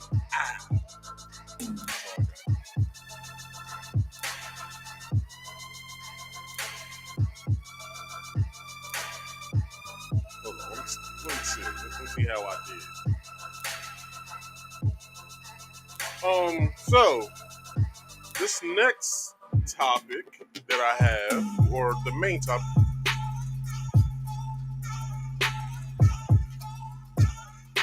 All right, it doesn't sound as good on y'all's end. All right. So the beautiful Tichina Arnold, as well as Cam Newton, had a lot, and we'll get to Cam Newton's what he had to say later. But the beautiful Tichina Arnold had a Twitter post, and it goes a little something like this. 1 second. So, let me turn the chat on real fast. So, this states, you don't see all that? Okay, good. Honest question.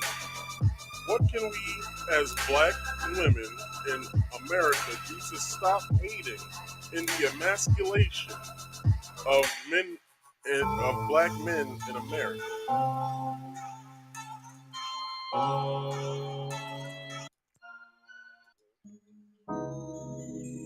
Yeah, I need more of a slow vibe on this. So, I'll read it again because, it was some aggressive music that was on. So, it states, honest question. What can we as black women in America do to stop aiding in the emasculation of black men in America? So, a lot of the people, I won't say people, well, it was people, a lot of black people had a lot to say. So, what I'll do, let me see if I can shorten this a little bit. See if it come up on the screen like that. Alright, cool. So, what I'll do is bring this down so y'all can see me.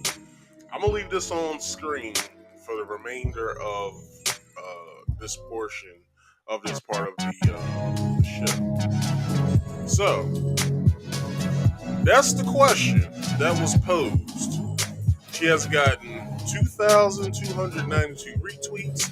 She has gotten 5,377 quote tweets.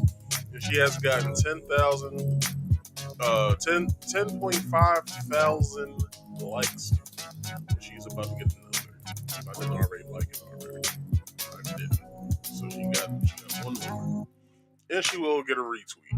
So we'll retweet this. So she now has 2,993 retweets. Now, let's go into some of these comments. So, this states, whoever this guy is, antisocial butterfly. I'm truly concerned about this question because it's basically saying that we're responsible for black men and their feelings, which is giving them more of a reason to put the responsibility on us. And I ain't responsible for anybody but myself and my children.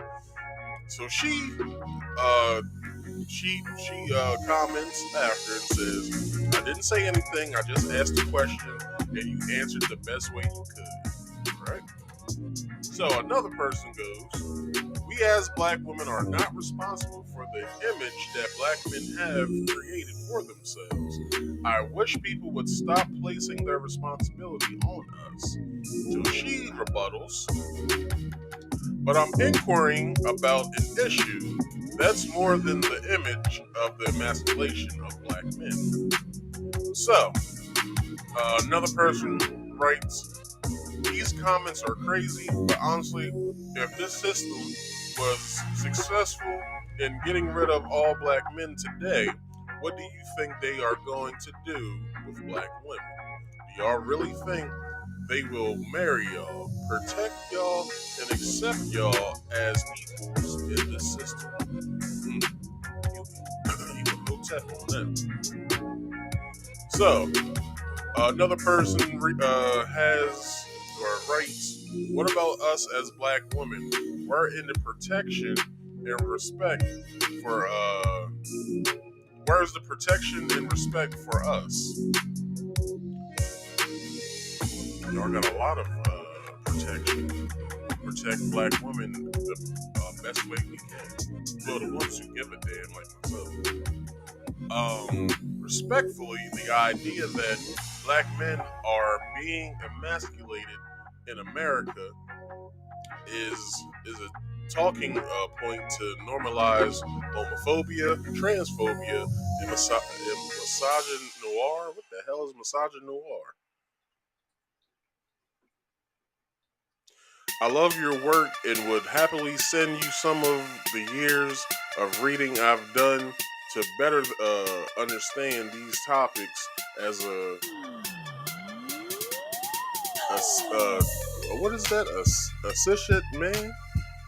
The hell's a cishet man? Hold on. I'll be right back. I want to bring this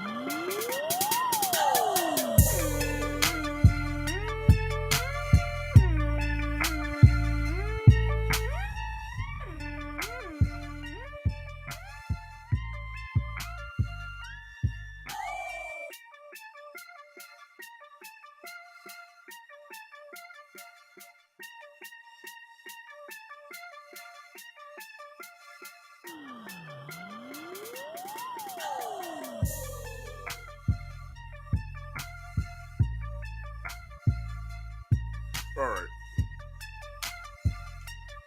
Sent that out.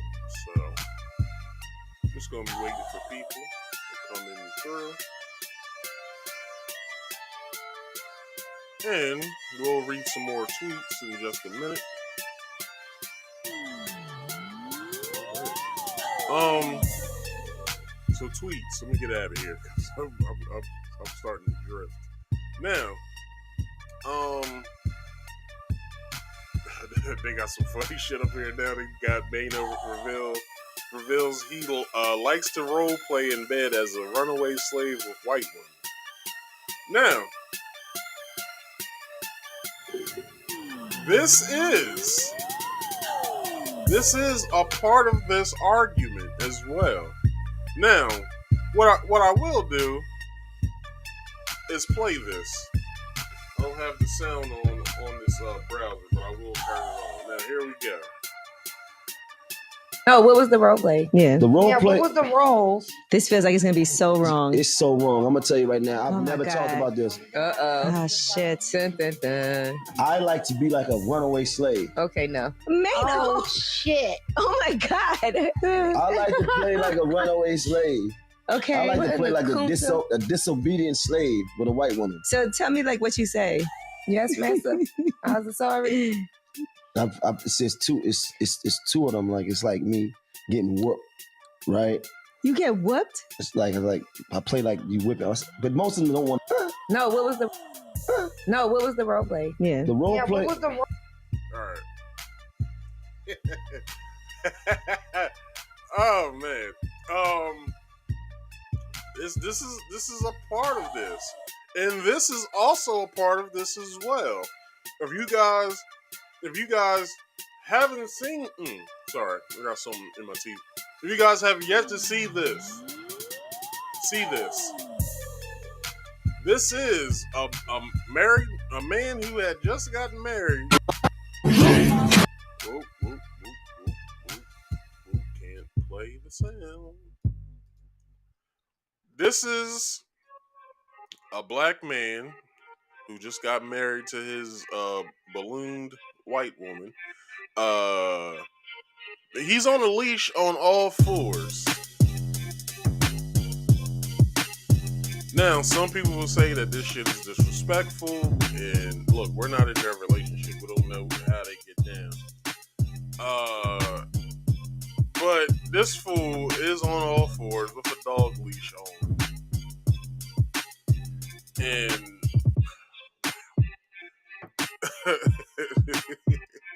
let's keep going, man. This is crazy. So, CK Dexter Haven says, I appreciate the gesture, Miss Arnold, but I don't know if that is your responsibility. In and of itself, emasculation is a subjective construct. Trans women, gay men, portrayed in media, independent black women, none of these emasculate me. My manhood isn't that fragile. Well, good for you, sir. Miss Solo Dello says, I don't feel I've done or engaged in that behavior. I'm more concerned about us as black women because we are literally treated worser. That's not a word, Miss Solo Dello. We are treated worser than black men by black men. Not all, not even majority. And you need to learn how to fucking write. And other races.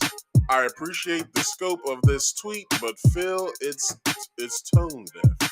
No, Miss Solo Dolo, your writing is tone deaf. But we can stop here. I'll still keep going through them. But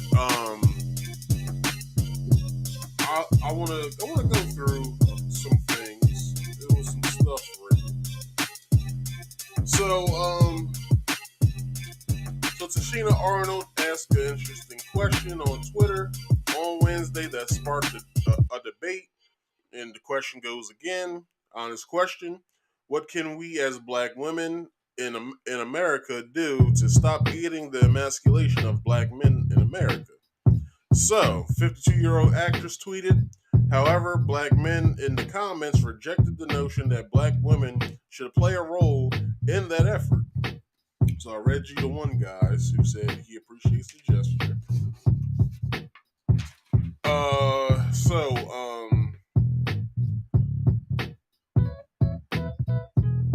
Terrain Walker, founder and editor-in-chief of Context Media Group, wrote that the key is listening to black men. Our sisters can understand that we're each other's natural counterpart, and there is a clear agenda at work to keep us separate, and black men specifically a weak and permanent underclass, he explained. Listening to us is the beginning. One viewer argued that black women need to turn away from feminists' ideals to help black men reclaim their masculinity. Well, I won't say, I'll stop it there. I won't say that black women accepting feminism emasculates us as men. I will say this. Their actions when it comes to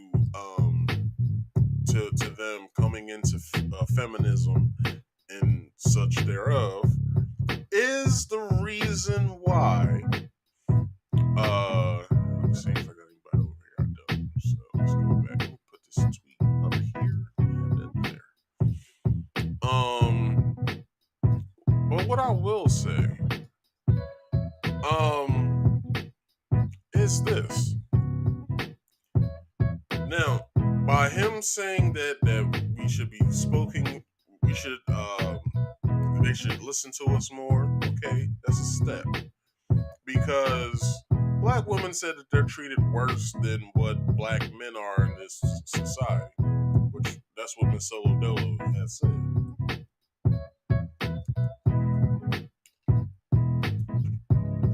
And I'll combat that with this. Miss Solo Dolo, if black women are treated worser, in your words, but it's treated worse, in America, why is it that black men don't receive WIC? Why don't black men receive food stamps? Or a substantial number for food stamps, like, let's say, $300, $400 worth of food stamps? We don't get that. That's if we get approved to have food stamps. So let's keep going. There isn't any public housing for black men or men in general to be able to get on Section 8 with. There isn't any sort of program that a black man or men in general can have or get on in order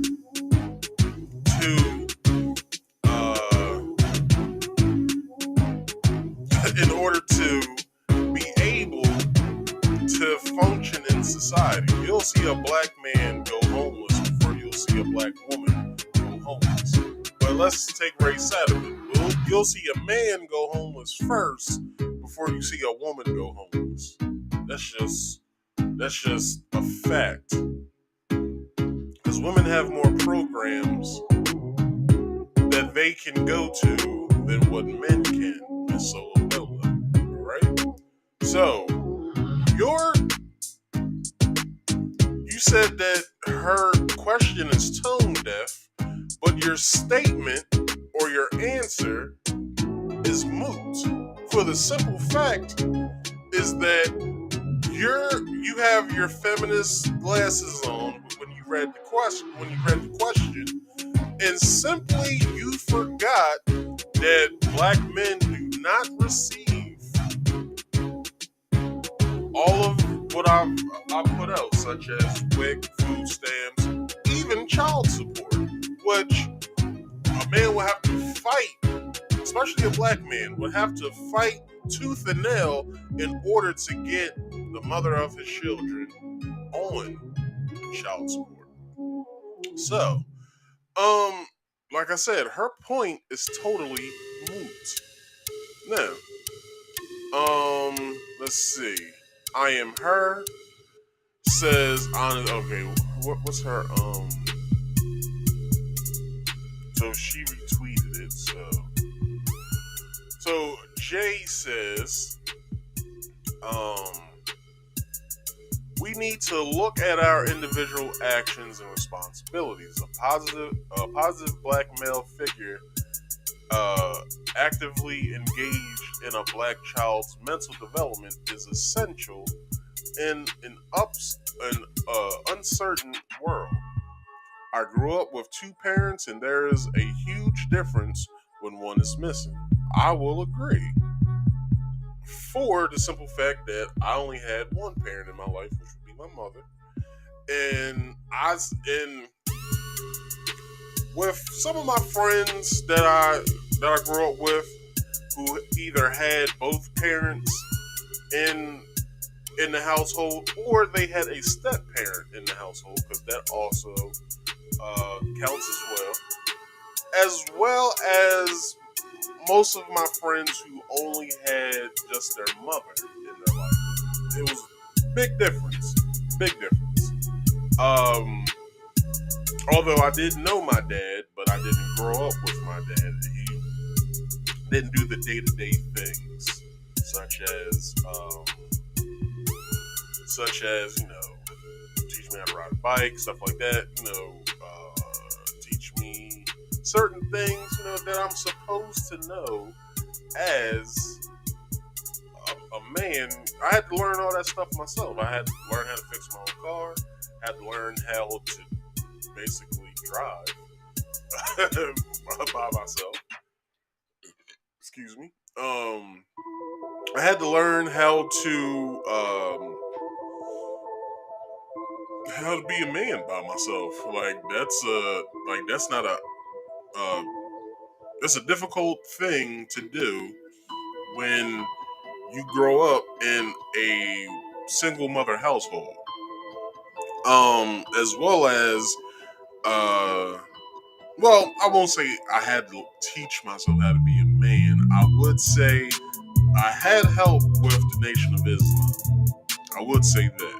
Now, some people would laugh at that, but I'm personally saying that they helped me in they aided me in the development of becoming a man. Which, it's a, something, it's not something to sneeze at, you know what I'm saying, to becoming a man. Now,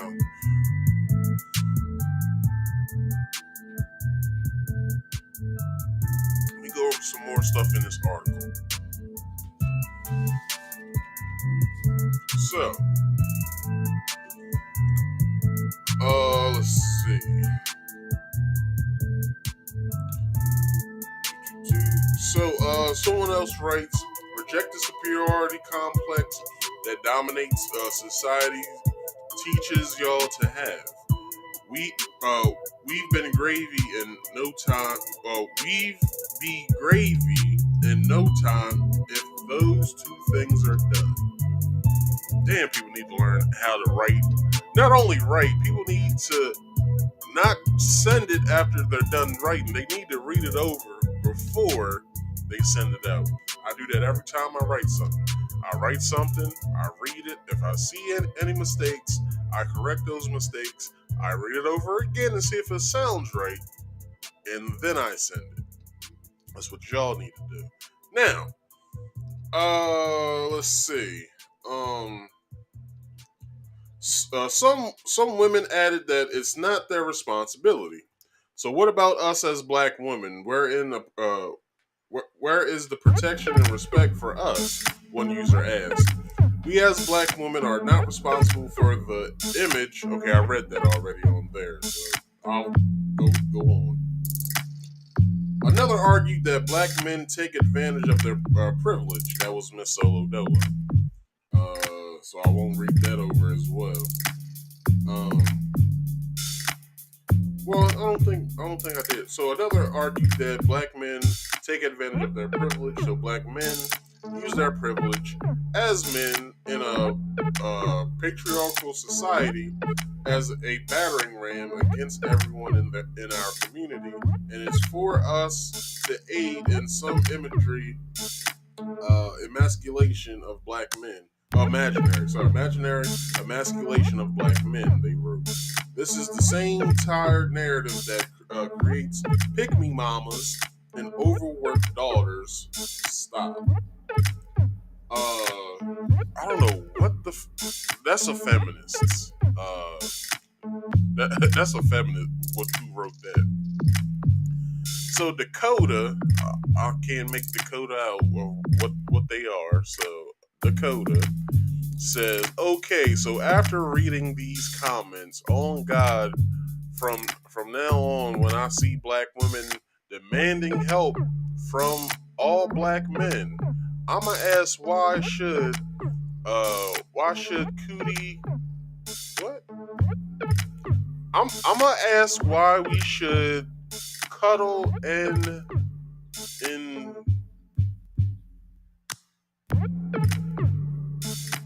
what infantils? I have no idea what this word is. Hold on. Let's all get it together. Hold on. Speak, computer. It didn't say anything.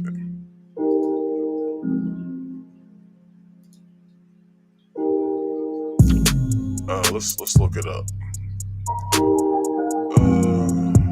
What's the phonetic way to say it? Infantils treat someone as a child or in a way which demands their maturity in age or experience. Seeing yourself as a victim infantils you. Okay, so basically babying them. Let's go back up. So let's read it all over again since I know what the word is. So okay, so after reading these comments, on God, from now on, when I see black women demanding help from all black men, I'm gonna ask why we should coddle and infantils y'all. Obviously, that shouldn't be our responsibility since our struggles have nothing to do with y'all, despite contributing to them. Now, would I agree with him?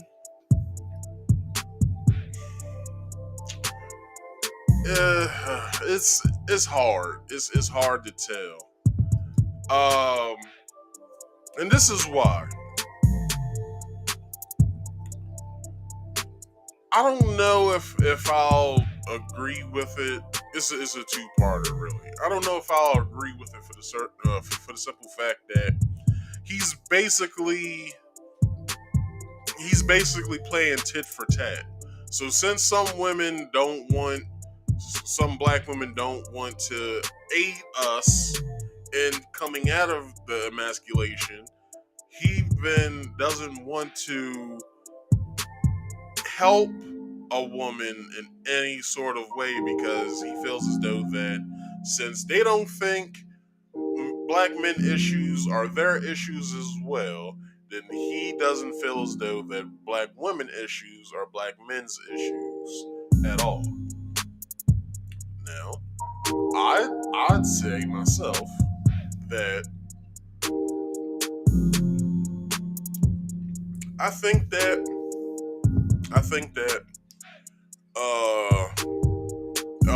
a black woman, to me, this is just me talking, I'm as responsible for a black woman as a black woman should be responsible for me.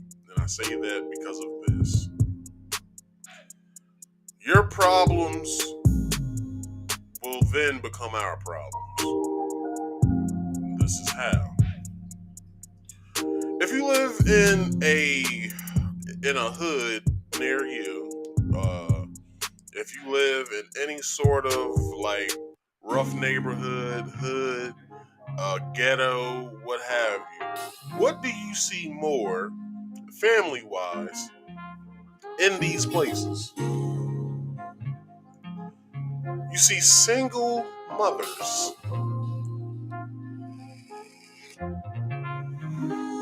Now, not all, but some. Some but not all. But the majority of the hood is made up of single mothers. And they're on those programs of which I named earlier, WIC, maybe child support. They have a what is it called? Not stipend, but their rent is altered to where they can get Section 8 housing, as well as most of the time, if you have a neighborhood that's full of single mothers, you then, if you look at the statistics of black men killing each other, you then have a ball of chaos. This is why. When a man's not in the home, a man then cannot show a boy nor girl how they should act in society. Now, a mother's nature is to nurture. A father's nature is to neuter. Y'all like how I did that, right? Now, what do I mean by neuter? Now, we all know what neutering is. It's clipping and taking out of the balls of a male animal or a female animal. Spading and neutering is what they call it. So spading is for female dogs, neutering is for male animals. Now, what I mean by neutering is taking the very thought out of the mind of a child. You see these children do this all the time in stores. When you see a child have a temper tantrum in a store, that's the father's time to neuter that behavior. That then teaches the child that type of behavior is not warranted in society. It's basically training as well, that when you come out and present yourself to the world, this is the way that your first impression on people should be, by being an astute, studious person. Now, let's go back to the ghetto. When there's a single mother-led home, the boy and girl, we're talking about men here, we're not talking about women, so let's leave women out of this. The boy then takes on the behavioral and personality traits of the woman. And so personally, I had a lot of male cousins come around during my time of growing up, so I learned from them of how to act in society. I also had uncles and stuff like that come around, as well as if you guys watching my You Think You Know Me episode, I talked about how I grew up with my godfather. My godfather basically was my father during my childhood and most of my adolescence. That's teenagehood, if nobody knows what that means. He basically aided me in teaching me on how to act in society. And then, once I really wasn't seeing him a lot, then my brother came into the fold. My brother then became, although he was my brother, he sort of was a father figure as well. I'm not going to tell you my brother's business, but my brother grew up in a 2-parent household. I'll just say that.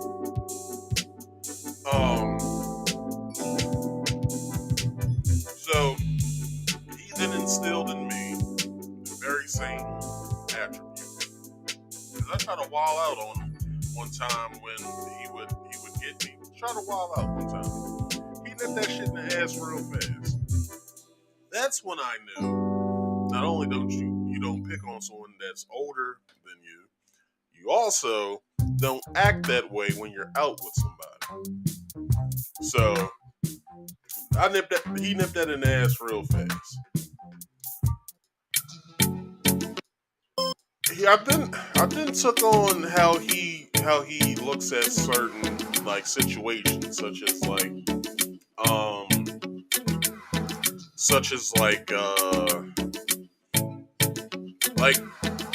me and my brother have this rule. Some people have like a three strikes you're out rule. Nah. Me and my brother have a 2 strikes you're out rule.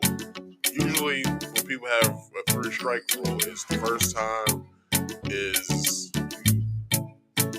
you tell them verbally how you feel about something. Second time is usually an action. Third time is you're done. First time is the verbal and in action with us. Second time, you're done. I don't have the time. Like, I'm a grown ass man now. I really don't have the time to deal with people's bullshit. So it's up to me to then tell you, hey, check this out. What you're doing right now affects me, and I don't like it. If it happens again, then that's when we won't speak anymore. If it happens again, then that's what I'm done. Now, again, all of these murders that you see in these inner cities, all of this wild behavior that you see in these inner cities are all because most of the boys, if not all of these boys, have yet to grow up and understand what their actions actually mean, as well as they're going off of emotion. They're going off of emotion when they get into certain conflicts. Now, what does a father teach you? Conflict resolution. Well, you might say, well, a mother can teach you that too, but not as well as a father can. Now, I'm going to take a second real fast. I'm going to go off screen because I got to get some baby juice. I'm running low. So I'll be right back.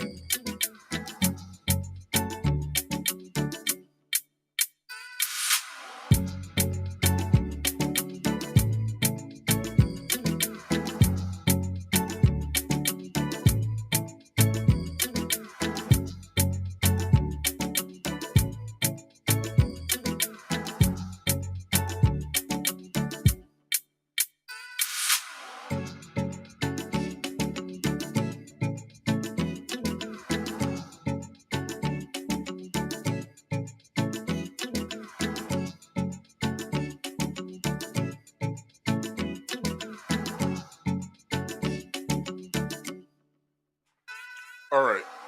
So,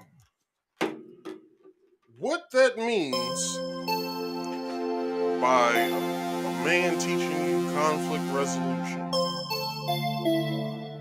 So, when you have I'll bring this back up in a minute. When you have conflict, when you're in a household with a man that can teach you conflict resolution, it's his responsibility to show you how to deal with situations when they come up. Such as, let's say something happened at the job, right? I'll bring up my situation in just a minute. That just recently happened to me. I think I spoke about this as well. Let's get into greater detail of the situation. And then I'll give you a second situation of when I was younger and how I dealt with it.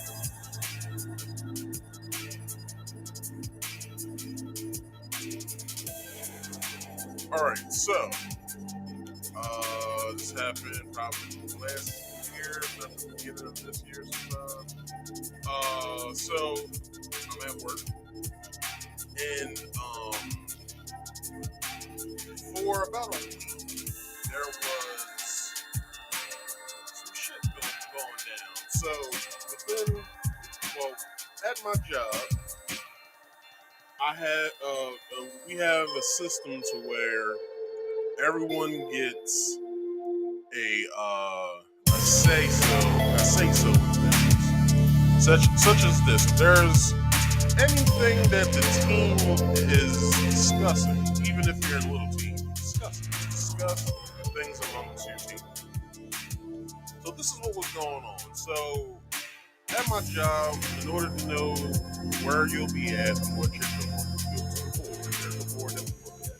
See what who we're going to be working with that day or that week, who we're going to be, what we're going to be doing, and so on and so forth. So this week spanned from like let's say a Wednesday to another Wednesday. So some time in between, but still from a Wednesday to another Wednesday. So every time I would get onto a line, because I'm in manufacturing. The team I would be with, we would go to said area where we're going to be working that day, and by procedure or per procedure that we follow, we have to clean the area. So we will clean the area. By the time we will be done cleaning the area and counting the parts that were already there left by first shift, or the shift before, then someone will come over and say, hey, we want to take this line, you guys can go over to this line. So that happened 3 times from that Wednesday of it initially happening, that Thursday after, and then it happened that following Monday, Tuesday, and Wednesday until I said this, because one of the things was this as well.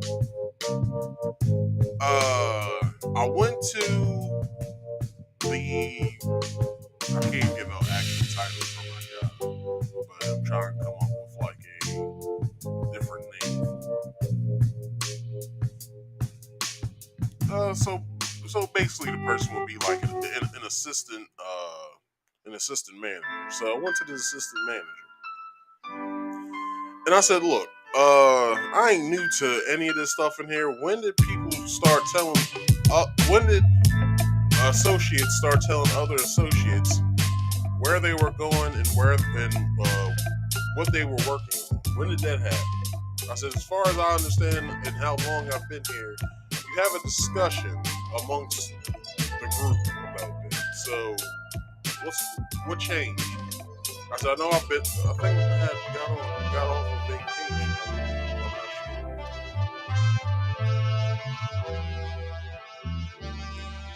Before this happened. But I said, as far as I can understand, that's how it's been set up since the beginning of this company. Establishing itself, and it's still that way now. So what has changed? So system manager told me, well, go over, let them know that you want to discuss it. I said, well, I have done that, and I did. I had asked them, well, why would you have us move if we've already cleaned this area as well as counted the parts and signed on to the paperwork? Why would we move? So the explanation was this. We believe we can get this done. We can get this line done, this other line, and then another line done before so-and-so time. So I said, okay, what makes you believe that? I said, I'll just inquiring minds want to know. So they said, and boldly said, because we don't believe that your team will be able to get all 3 of those lines done within that time frame. I said, okay, hold on 1 second. So that's when I went over to the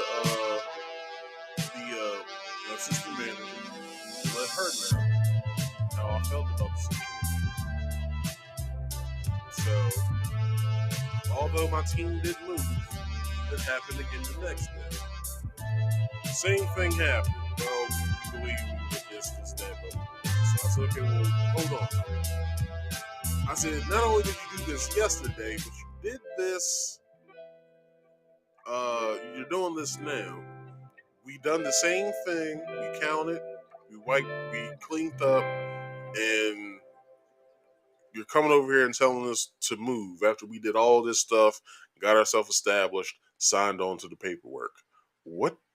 Who in the hell died and made you any sort of authoritative figure? So their explanation was the same. We believe we can get this line done, and that other line before this time. I said, okay, all right. I'm gonna let you have this one again, but just know this shit will not be going down again. So I was in a meeting that Monday when the third time it happened. I didn't really have anything to really say about that. Then I think I had to run a machine. This machine that we have in the room, I had to run that when the shift started, so I didn't really have anything to do with who did what and who went where, because I was going someplace else. So the Wednesday, the final day that I had, that I didn't feel as though that shit was right, it happened again, and this is what I said, and I was very bold in this. I said, look, check this out. You did this 2 times last week, and from what I've heard, you did it Monday and Tuesday. What I don't appreciate is you coming over here and telling us what we're going to do. You're not an assistant manager. You're not a manager. So why is that you feel as though that you can come over here and tell us that we will not get such and such places done before you will? I said, what you should do, you should pick a line, get there, and get out of my face. Because we've done the same thing the 3 days I've done this and the 3 days that you've came over and let us know where we should go. I said, this is not happening anymore. Don't think that you'll be able to do this again. Because I will have you in HR, and this is basically a harassment that you're doing right now. So, they didn't take it that well, so they said real loudly, well, I think you should move now. So since they took it there, they took it to raising their voice when I didn't raise my voice at them. I said, you know what, it's about time you get the hell out of my face. How about that?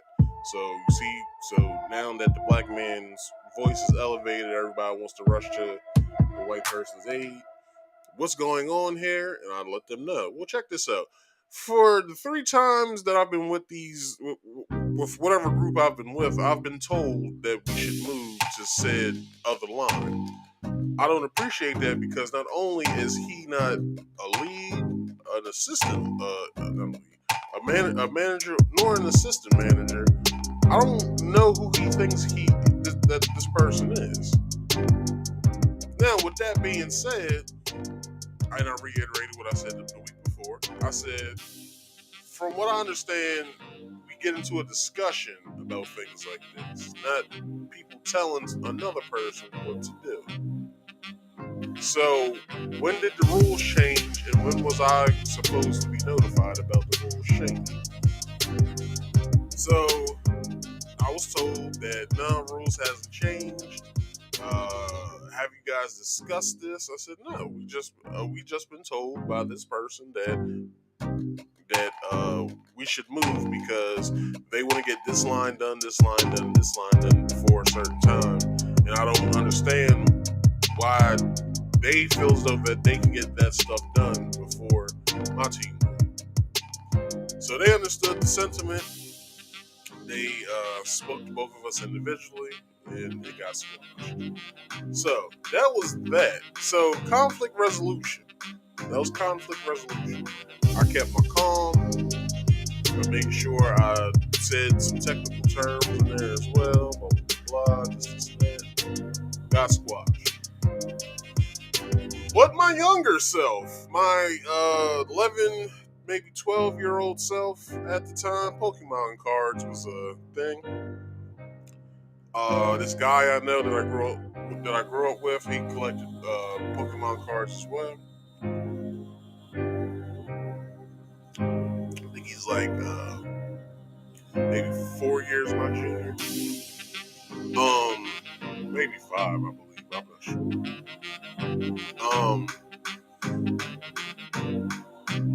We was trading, so he traded me a fake card for a real one. So I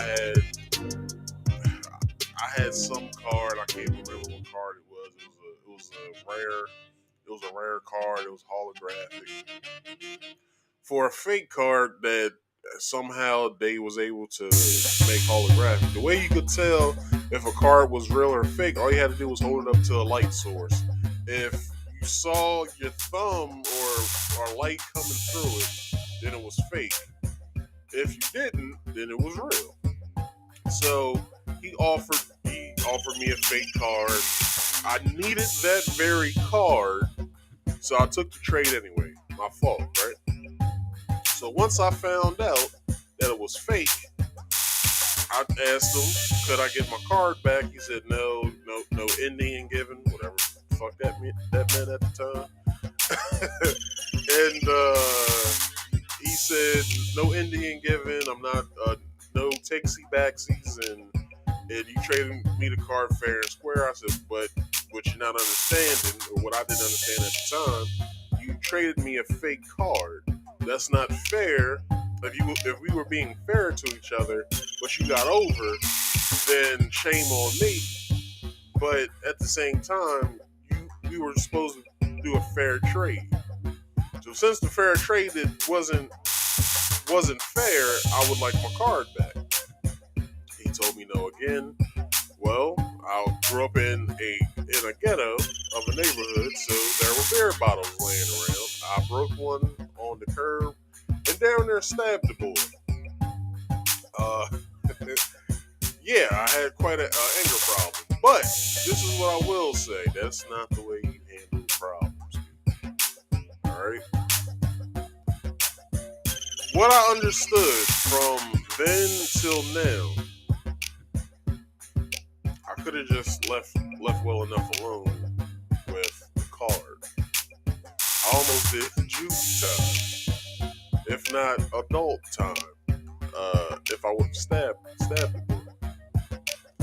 Now, there's other things that I could use, but I'd rather not because it gets a little wild. I was 19, maybe 19, but I'd rather not bring that up. But you can see the difference in between how I handled one problem to the next. One when I was younger, once when I was older. Because I had certain authority figures, such as my brother and my godfather, that showed me, fatherly figures at that as well, that showed me how to handle myself as I grew. So what we're seeing in these neighborhoods and in these cities, these inner city areas, is that there's a lot of crime going on because of emotions. A lot of these boys have too many fucking emotions to where they're killing each other, stabbing each other, robbing each other, so on and so forth. Would I blame this plainly and only on women? No. But it is the upbringing of these future men that you guys are raising that are doing these such acts that's not only harming the neighborhood that you live in, also harming the future children of which they're influencing, which continues the cycle. So, there's another thing here. Tichina Arnold also wrote this. Let me get to that real fast. So she writes, still reading comments. Ooh, 2 thoughts. 1, despite all, I will never be fearful of asking anyone questions. 2, the black man and woman need to heal together. We are up against a plethora of odds that are continuously stacked against us, but it won't change my love for all of us, she writes, which is beautiful for her to say. So let's go through some of these comments. So, Unicorn Power 95 says, I hope you're getting all the pick-me love from these dusties that you've already longed for. So, to go through some phrasing here of what this Unicorn Power 95 used. So, Unicorn Power used pick me, dusties, and that's the only 2 words she used. Okay, so everybody, pick me. Okay, so wait, before I get there, there is a black feminist group that counteracts the black manosphere movement. They're basically the woman's sphere counterpart of the black woman's sphere next to the black manosphere. They call themselves the divestment movement. The culprit person of this movement. I'm about to bring her up on camera real fast.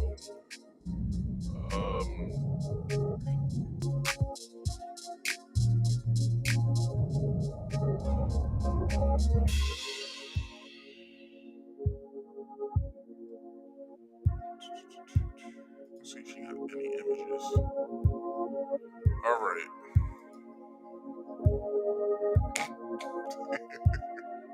This is Cynthia G. Let me see if I can blow this up. That's Cynthia G. She is the leader of the divestment movement, along with another woman. I forget what her name is, but it doesn't matter at this point. But yeah.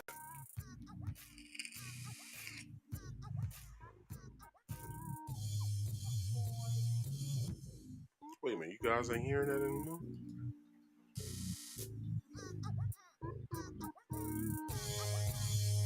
Testing. Testing.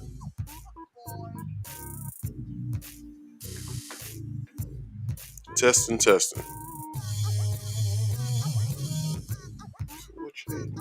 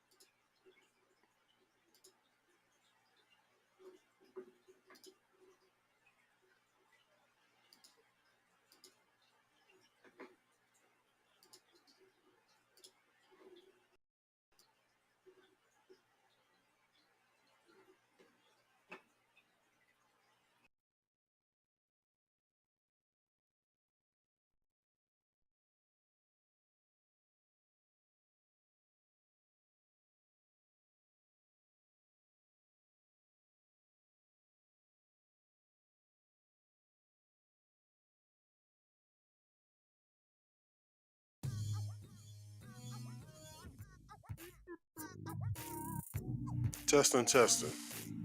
All right. Testing. All right. I don't know what's going on, yo. Somehow my sound, can y'all hear the music at all? All right, cool. Y'all can't hear the sound.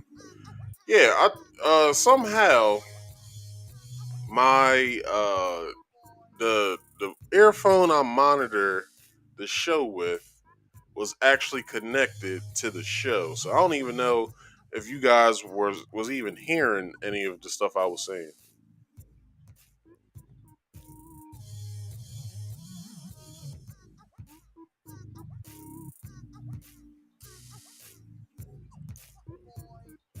Let's see.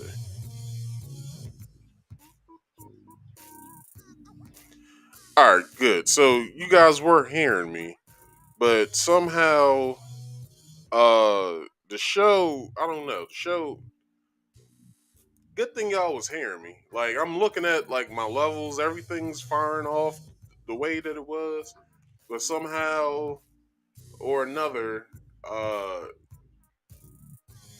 don't know, it was just some craziness going on just now. Anyway, let's get back to what I was saying. Um, so this is Cynthia G. This is Cynthia G, the leader of the divestment movement. You guys can't see her all that well, so let me back up let me take Tichina off and let me get back to where I was. There's Cynthia G. Right there. That's Cynthia G. Cynthia G is the leader of the divestment movement. She came up with certain words as pick me, dusties, bullet bags, and I forgot the other word she uses, but this all describes black men. She is more into white men, because of, I guess she got hurt by a black dude, and now she doesn't feel as though that black men are worthy of her anymore, and she wants black men to know that, along with her cackle. Um, so this woman. Let's get back to the article. Not the article, but the tweet.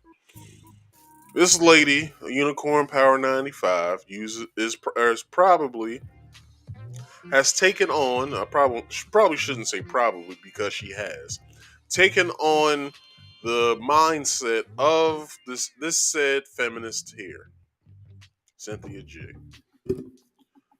Now, I won't say anything about her looks because that's not for me to dispute. But that is Cynthia G.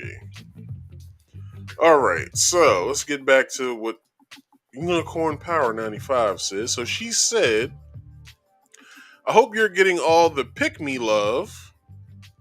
Pick me, if you guys don't know what pick me is or what pick me means, pick me means to basically, it's a woman that's basically saying pick me, pick me, pick me. Like basically like, hey, pick me, pick me.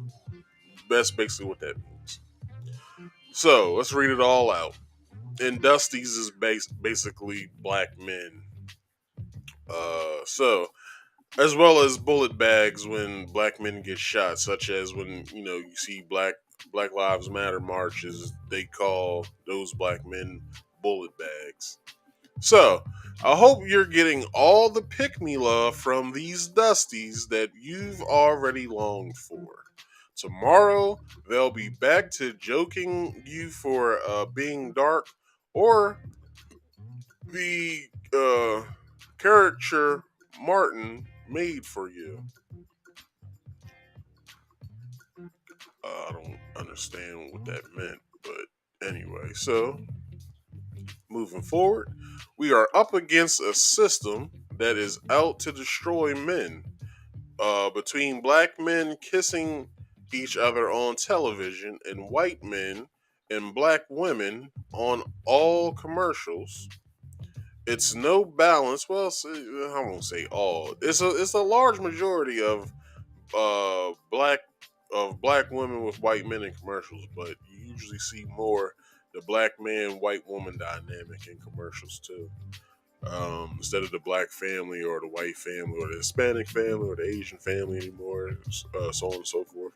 So she also says, or Sandman, I'm sorry, he also says, there's no balance for us to heal from generation PTSD. We are all we got, and it's come down with reality. So, he made a good sentiment. So, Lionel Robinson, I guess is how you say that. Last commercial I seen had a black man and white woman ordering pizza for their family. They have been showing mixed couples, period, but you made sure to dance around certain things. Nothing but BS. I'm saying, I'm not saying that what he's saying is wrong. She had kind of the same sentiments as me, but I'm just saying I see black men and white women couples in TV commercials, as well as white men and black women in TV commercials as well. You also see a mixture of other races together too, but I don't know. Anyway, let's keep going. So, Don't At Me says you have two different groups of black people. Those that still have a vision of community, like myself, to build, and those that see themselves as their own separate demographic. If you have no interest in working towards a prosperous black community, her question isn't for you. Which I should like that, because that was actually good. No, I don't want to tweet it, I want to like it. So,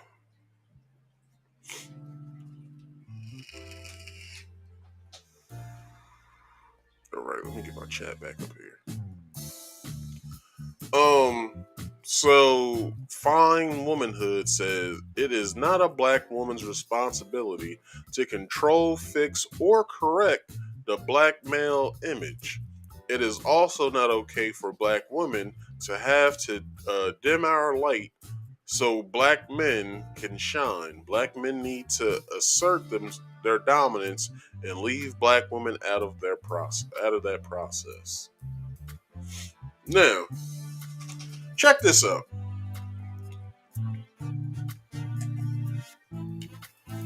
Picture a world where all black people work together. This very tweet right here isn't helping. This is why. Let me see if I can put this off to the side real fast, because I actually want y'all to see me.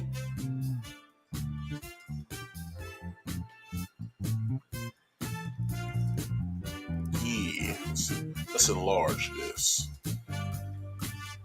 Not that big. Still want y'all to see me.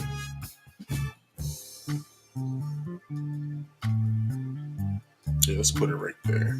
Let's bring the chat back too. Put the chat back. Put the chat back. Ficky. Alright, so hope you guys can see that well. Let me take that off real fast. Let's see. Yeah, y'all can read that good. That's what's up. So, what the hell happened? Alright, there we go.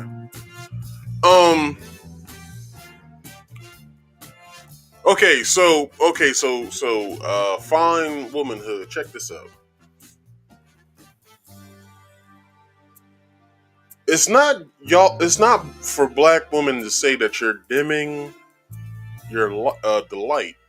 Your light. It's not that. And I would say as well, maybe yes, it is our problem and our problem alone that we should deal with ourselves. But that doesn't mean that the black woman cannot aid, like Tichina said, can't aid us in that work. Let me bring Tichina back up here. Let me see if I can.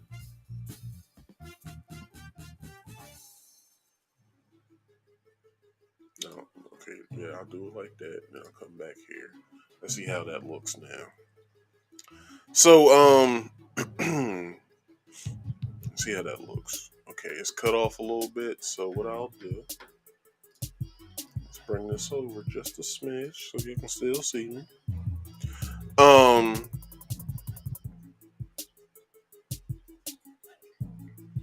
Okay.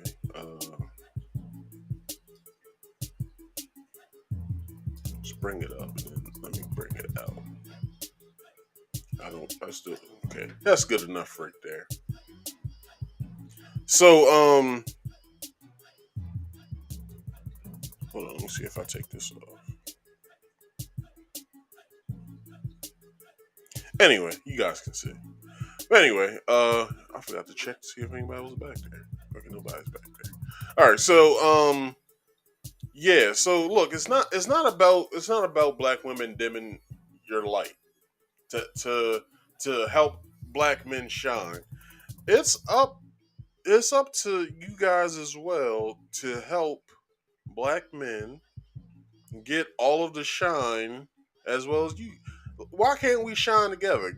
You heard what Puff Daddy said. You shine, I shine, we shine together. You heard what Puffy said? Why can't we shine together? Let me move over a little bit. Why can't we shine together? Why y'all want to be so selfish to where y'all just want to shine by yourselves? Now, I'm personally myself, I don't really give a damn. Like, I don't really give a damn about a black woman helping black men at all. Like, I don't care. Like, if you all want to, then okay, do so. If you don't, then leave it alone. But I will say this.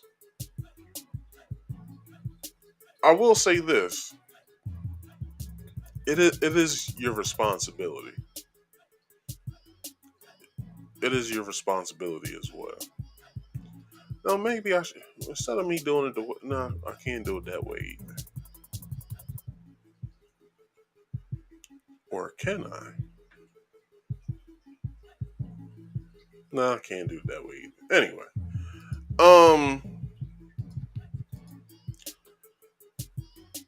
so let's move on because she kind of pissed me off. For the simple fact is that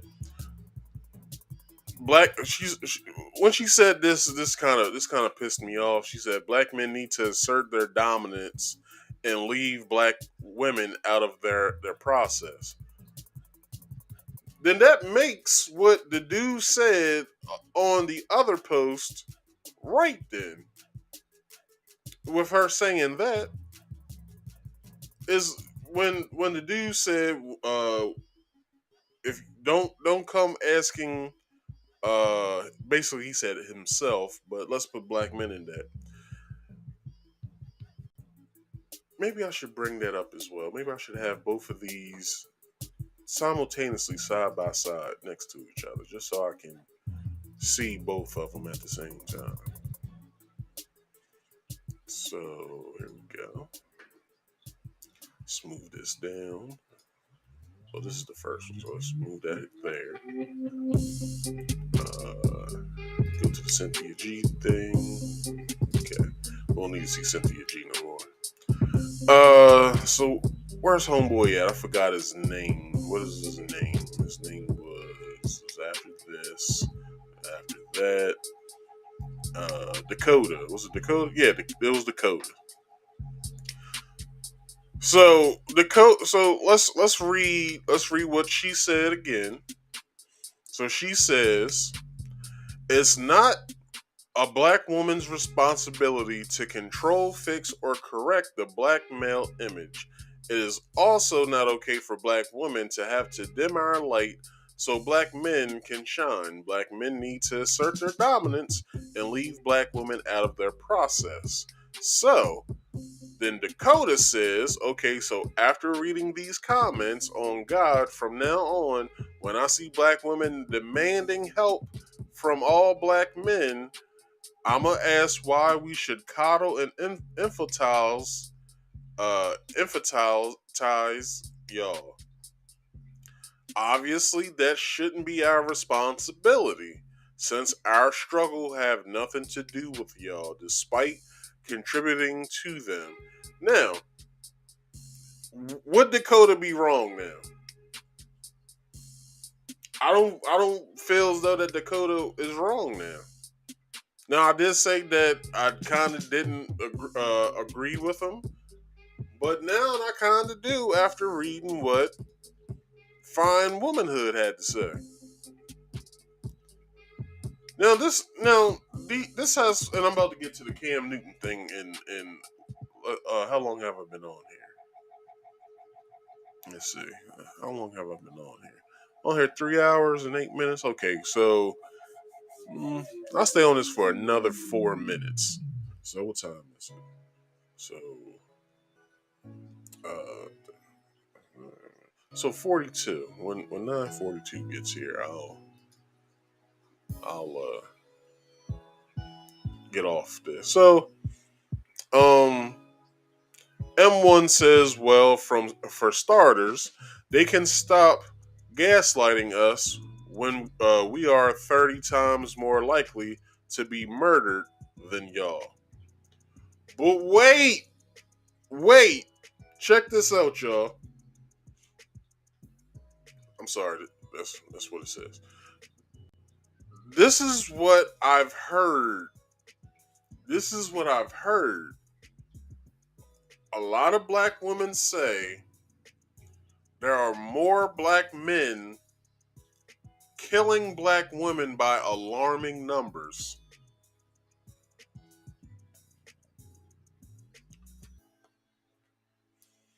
Now, damn, I forgot what show it was now. Matter of fact, this is what I'll do. As I'm going with this, and I'll probably leave off with this. There was a show I watched not too long ago, and the numbers got broken down of how many black men are killing black women. And this shit was crazy of what the number actually is. So, let's see. I think this is it.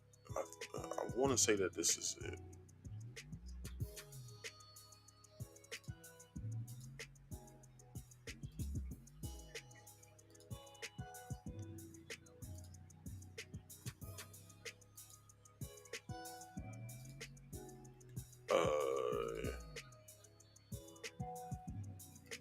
Okay, that's not the show.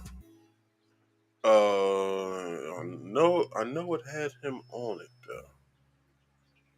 So was it before or after? I don't think it was that far back. Well, basically, these numbers got broken down to where they actually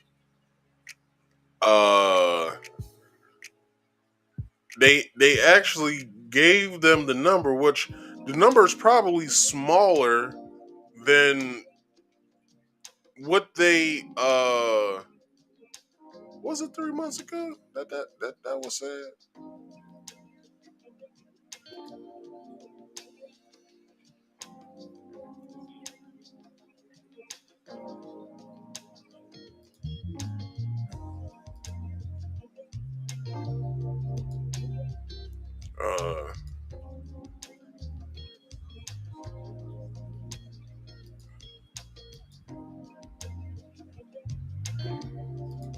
Okay. Let me go back to that to the one video. Was that what I just played? Yeah, that was what I just played. So let me go back to the video that I was just looking at to see let me see.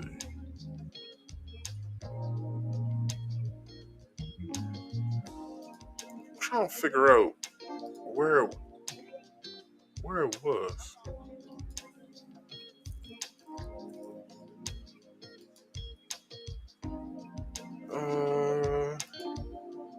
Damn it. Was it them? Yeah, it was them.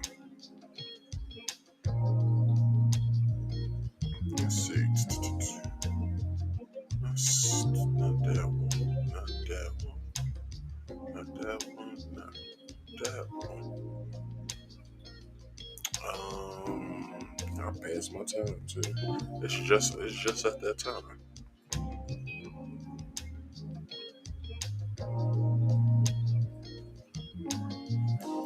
Damn. But okay, I can explain it. But I wanted y'all to actually hear what the number was. Now,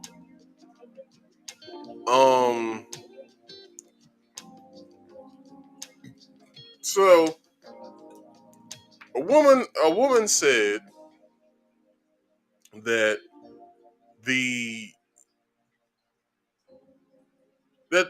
that black, well, a lot of black women are saying this, that the black woman is being killed at an alarming rate.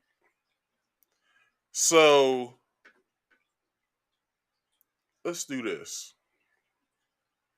I'm gonna go off camera. Not off camera. I'm gonna take that down real fast. How many black men are in this? Wait a minute. Are in the United States? Just say U.S. All right. Let's see. So black males from the 2019 census, there are close to 20 million black men in America. Testing. All right. So, do they have like a breakdown?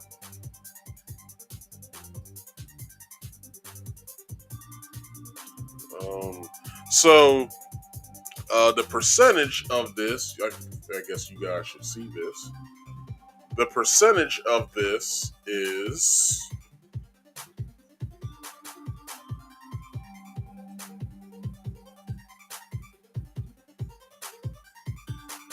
14% of black males that are actually in this country.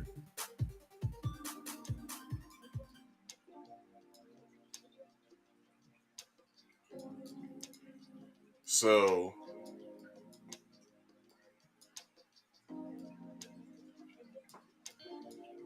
damn, come on, man.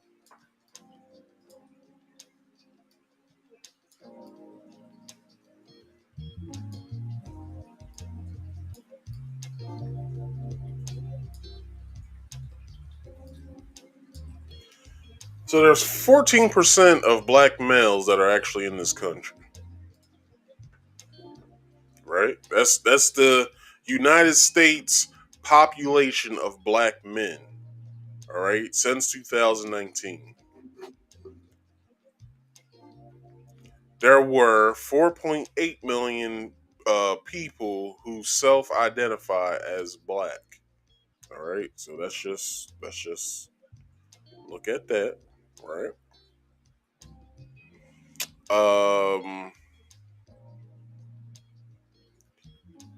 Let's see. In 2020, the black or African American alone population is 41.1 million, according to accounted for 12.4% of all people living in the United States, compared with 38.9 million and 12.6 million in 2010. So let's go back up here. Let's explore more.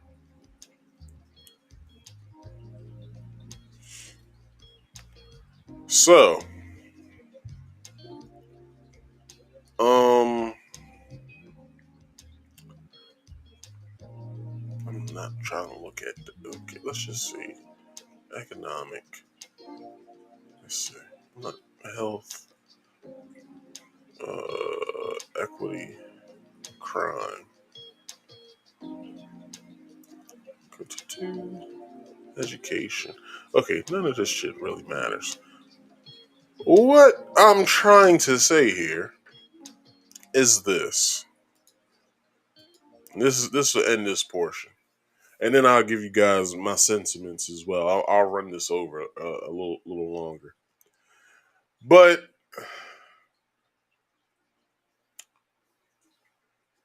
the the the the number was this, and I should have kept it up. But if there's 14 some odd percent of black men, which make up, what was the number, like 19 point. Let's go back to the question.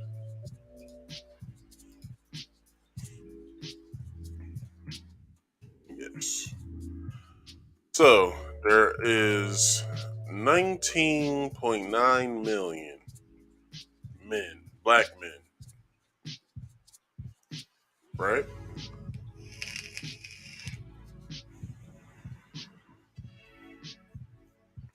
If black men are killing black women at an alarming rate, do you know what that number would be? Somewhere around 1,000. It's like 1,040 something. It's around that range. Maybe two. Yeah, about that, if not lower, right? Let's say it's around there. So if black women are killing black women, if black men are killing black women at an alarming rate, why is the number so low?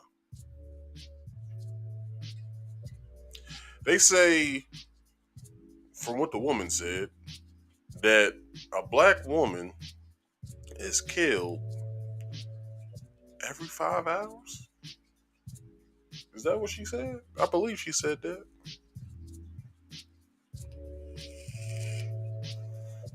By a black man. So my face scrunched up like it is now. I said every 5 hours. I said black men ain't killing black women at that rate. But look, the number is what it is. The number is around 1,040 something, 50 something. Why is the number so low? If black women are being killed at an alarming rate by black men. So let's see this. So he says, M1 says, since her death, Sarah's parents and siblings have fought to keep focus on her loss. They have held marches and passed out flyers and have urged police to keep investigating the case. For them to get recognized, we the parents have got out there, make the noise, let people know, hey, this is what's going on, pay attention. Redmond told The Guardian. So he has something highlighted here. I think this is the actual number.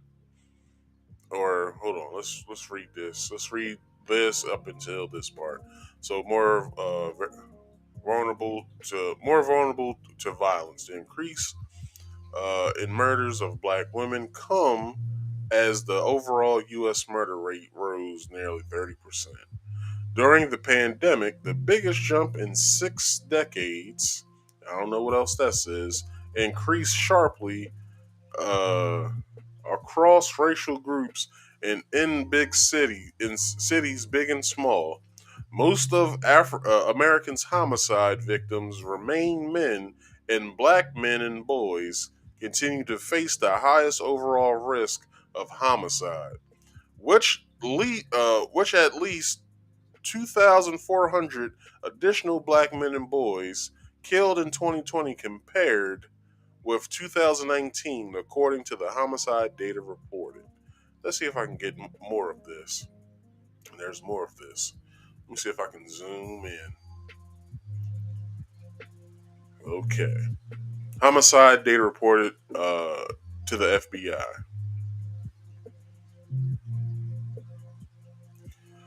So, ladies, by y'all saying that, it seems like black men and boys are being murdered at a higher rate than you guys. It's doubled than yours.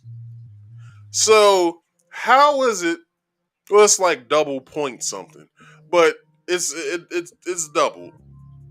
So how's it that black women are the most unprotected group in this country if you're not being killed at the same rate as black men and black boys? Now, I love black women, all right? I'm not saying that I hate y'all, but I'm just like Malcolm X. No nation shall rise higher than its woman. And black women, you are fucking it up for a lot of us with the thought behavior, with the bullshit. Just stop with the bullshit and come into the realization is that America actually likes y'all. America actually hates black men. America loves black women. You know why? Because if push came to shove, they'll probably just have y'all as handmaids and they'll just have us killed. If push came to shove. Just saying.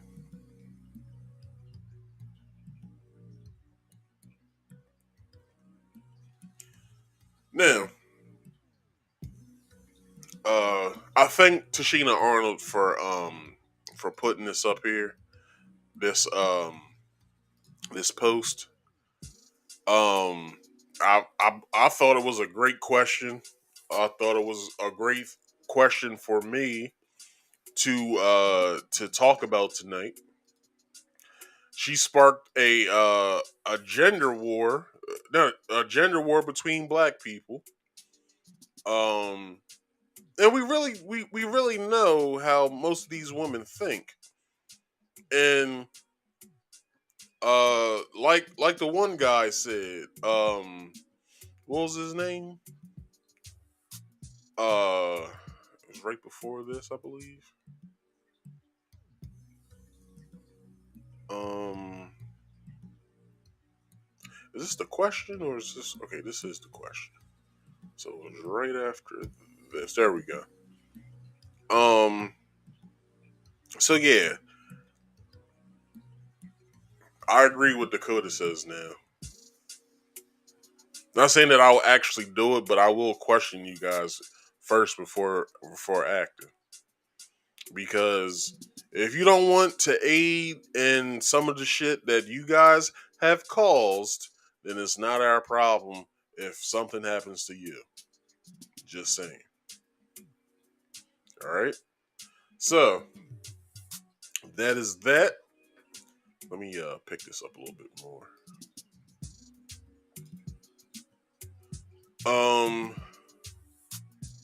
So let's get to this Cam Newton thing that's happening. Cam Newton said some things as well. He was on $1 million worth of game. I think I'll save this for my closer. Yeah, I'll save it for my closer. I think it'll work. So yeah, he was on the podcast $1 million worth of game, and this should I find? I should okay, I have a video. It kind of chops it up, which I should have just went to the actual episode and just took the time stamp of when he said everything. But this is what he had to say.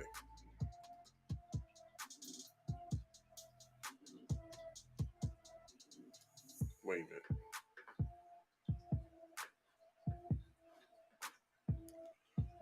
Let me take this off.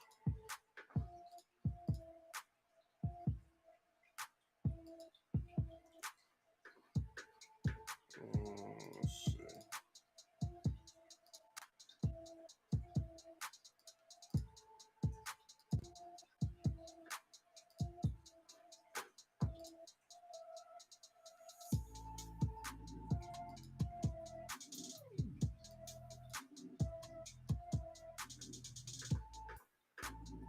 All right, 1 second.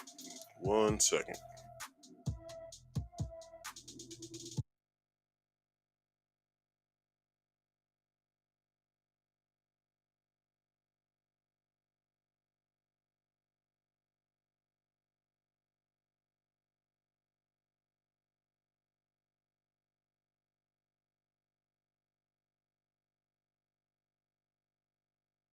Now let's see if it works.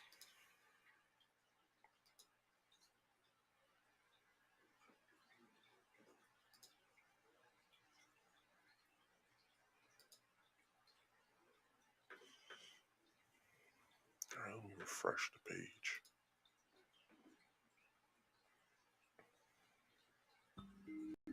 A woman for me is handling your own, but knowing how to cater to a man's needs.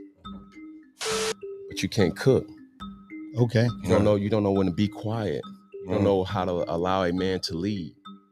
Okay, guys, so Cam Newton is in a lot of hot water right now after many deemed that the quarterback made sexist remarks while on the $1 million worth of game podcast.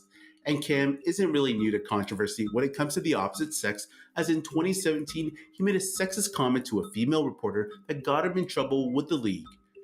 Does that give you a little bit of an enjoyment to see him kind of truck sticking people out there? It's funny to hear a female talk about routes. Like, it's funny. Currently, Cam Newton is a free agent right now, and obviously this won't help his case on getting signed with another team. Controversy has always followed this polarizing QB throughout his tenure in the NFL, but this latest rant should have many fans, particularly the female ones, totally outraged. In any event, here are the clips from the podcast that have many up in arms. And I knew what a woman was, not a bad bitch. To set that up better, because he didn't set that up good. So, Cam Newton, before he started talking about that, and I rather should let him come in after I say it. So, Cam Newton says, I grew up in a house with my mother, my father, and my grandmother. So I knew what a woman's what a good woman was, what a woman's role was. And I knew what a woman was, not a bad bitch. Okay, what's the difference? A woman. Okay. A bad bitch is a person who's just, girl, I'm a bad bitch. I'm doing this, I'm doing that. I look the part, but I don't act the part. Okay. And it's a lot of women who are bad bitches. And I say bitches in a way, not to degrade a woman, but just to go off the aesthetic of what they deem is a boss chick. Mm-hmm. Now, a woman for me is handling your own, but knowing how to cater to a man's needs. boom, that was exactly what sparked the woman to go into a frenzy. They heard the words cater to a man's needs, and the whole fucking feminist movement went into a frenzy. I'll let him continue. Right? And I think a lot of times when you get that aesthetic of like, I'm a boss bitch, like I'm a this, I'm a that. No, baby. Like, but you can't cook. Okay. You don't know when to be quiet. Hold on. In that's what sparked the outrage as well. You don't know when to be quiet. That was like, well, women was basically like, well, hold on. Who the fuck are you to tell us when we can speak and when we can speak? That's not up to you. But you're not actually listening to what he is saying. And I'm not taking any sort of black manosphere or manosphere approach to this at all. When you're an adult, and some people learn this shit the hard way, like myself, there are certain times when you should be talking and certain times when you shouldn't be talking. Now, telling somebody, such as your boyfriend or your husband or whatever, what they should be doing with their lives, which isn't up to you, that's when you should be shutting the fuck up.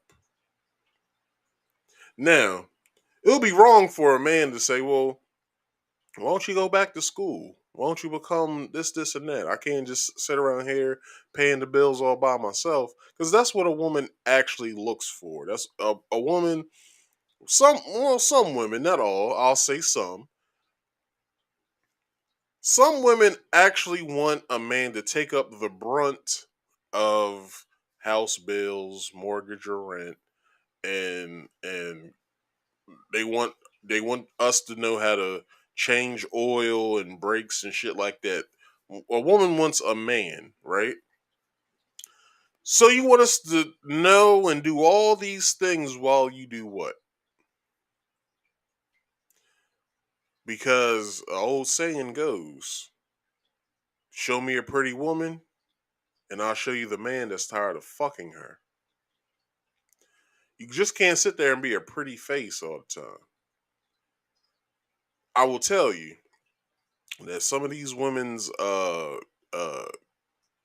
arguments have been very null in its approach, for the simple fact that they're only paying attention to two parts of what he said. They was having selective hearing that day. They only heard cater to a man's needs and know when to shut up. Or he said be quiet. But they probably heard shut up.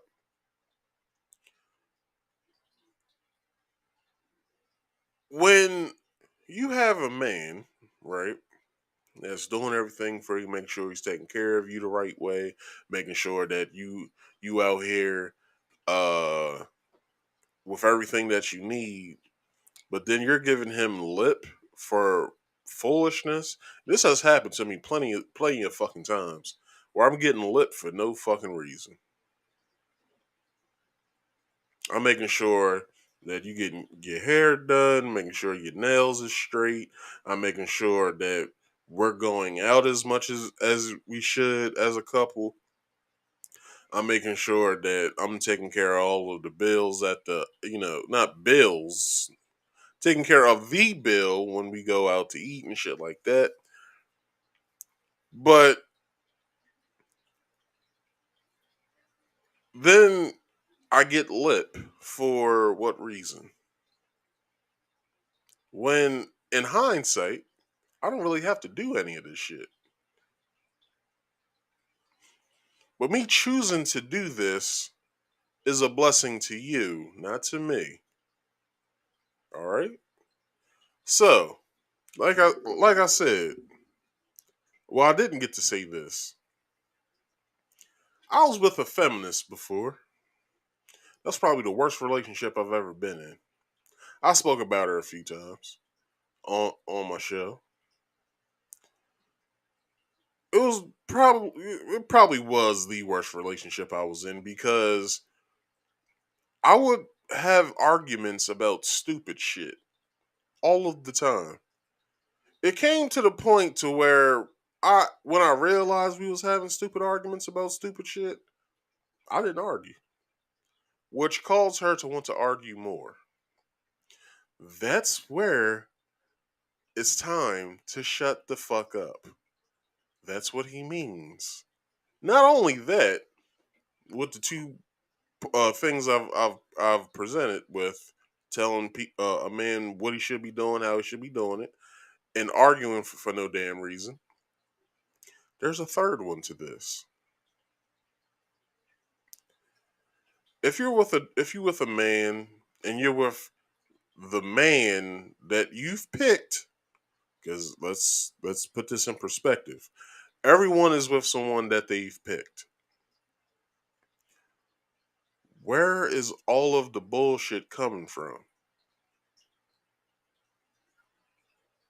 If you pick this man, where's all the bullshit coming from? You actually made a decision. You've actually made a decision to be with me. So, with that being said, why is it that you're unhappy? You made a decision to be with me, just like I made the decision to be with you. So, where's all this bullshit coming from?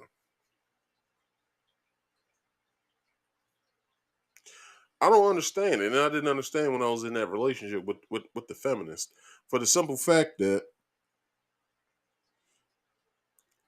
you're arguing with me about shit that someone. I'll rephrase that. You're arguing with me about stuff as if I live with you. I don't live with you. So let's just hold off on that argument until we move in with each other. That's when we can have the argument. Now, I was told by numerous of women that I was wrong for what I said.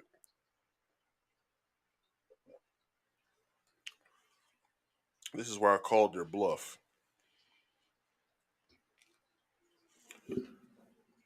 I said, well, let's put myself in her position, and you put yourself in her position, in my position. I'll tell you to come over and clean my house. Are you gonna do it? They said no. I said, well, why not? They said you can clean your own house. Exactly. If she has done this chore for however long she's been living where she's been living, and now that I'm here, she feels as though that I should do this very chore that she's been doing for quite some time. Why is it my responsibility now to do it? And why should I be argued with about not doing a chore that isn't my responsibility because I don't live with her? Her argument was, well, you gonna come over here, come in my house, sleep in my bed, and eat my food. I'm like, well, check this out. You offer the food. You you offer me to stay over. So what's your point? You're offering these things, which means you want to give. Then you ask me a question to then do a chore of yours. I tell you no, you get upset. I don't understand why you were so upset. Now, y'all can let me know that I was wrong or not, but I know I wasn't wrong. For the simple fact is this. I wasn't wrong because it wasn't my responsibility. You're paying a mortgage. You're paying you should have all your ducks lined up. If you found out before you started cutting your own grass that it was too much a week, and you could be saving that money by cutting your own grass, which you did a bad job of it, but you could save $40, $50, $60 every week, which would amount to, let's say it was $50 a week she was paying somebody. That's $200 a month she's saving and somebody cutting her grass. You've been doing it for however long you've been doing it, which you've saved the money. Now you feel as though you can save on energy now, your own personal energy, that you can sit in the house now that you want me to do it. Now, this is where she got upset. I said, you know how you offered me food, you offered me to stay over and stuff like that. Wait until I offer to cut your grass. And then you make your mind up like I did with every other offer that you've given me. You wait until I give you an answer. Or I'll wait until you give me your answer. If I ask you, or if I offer you, hey, allow me to cut your grass, answer that question.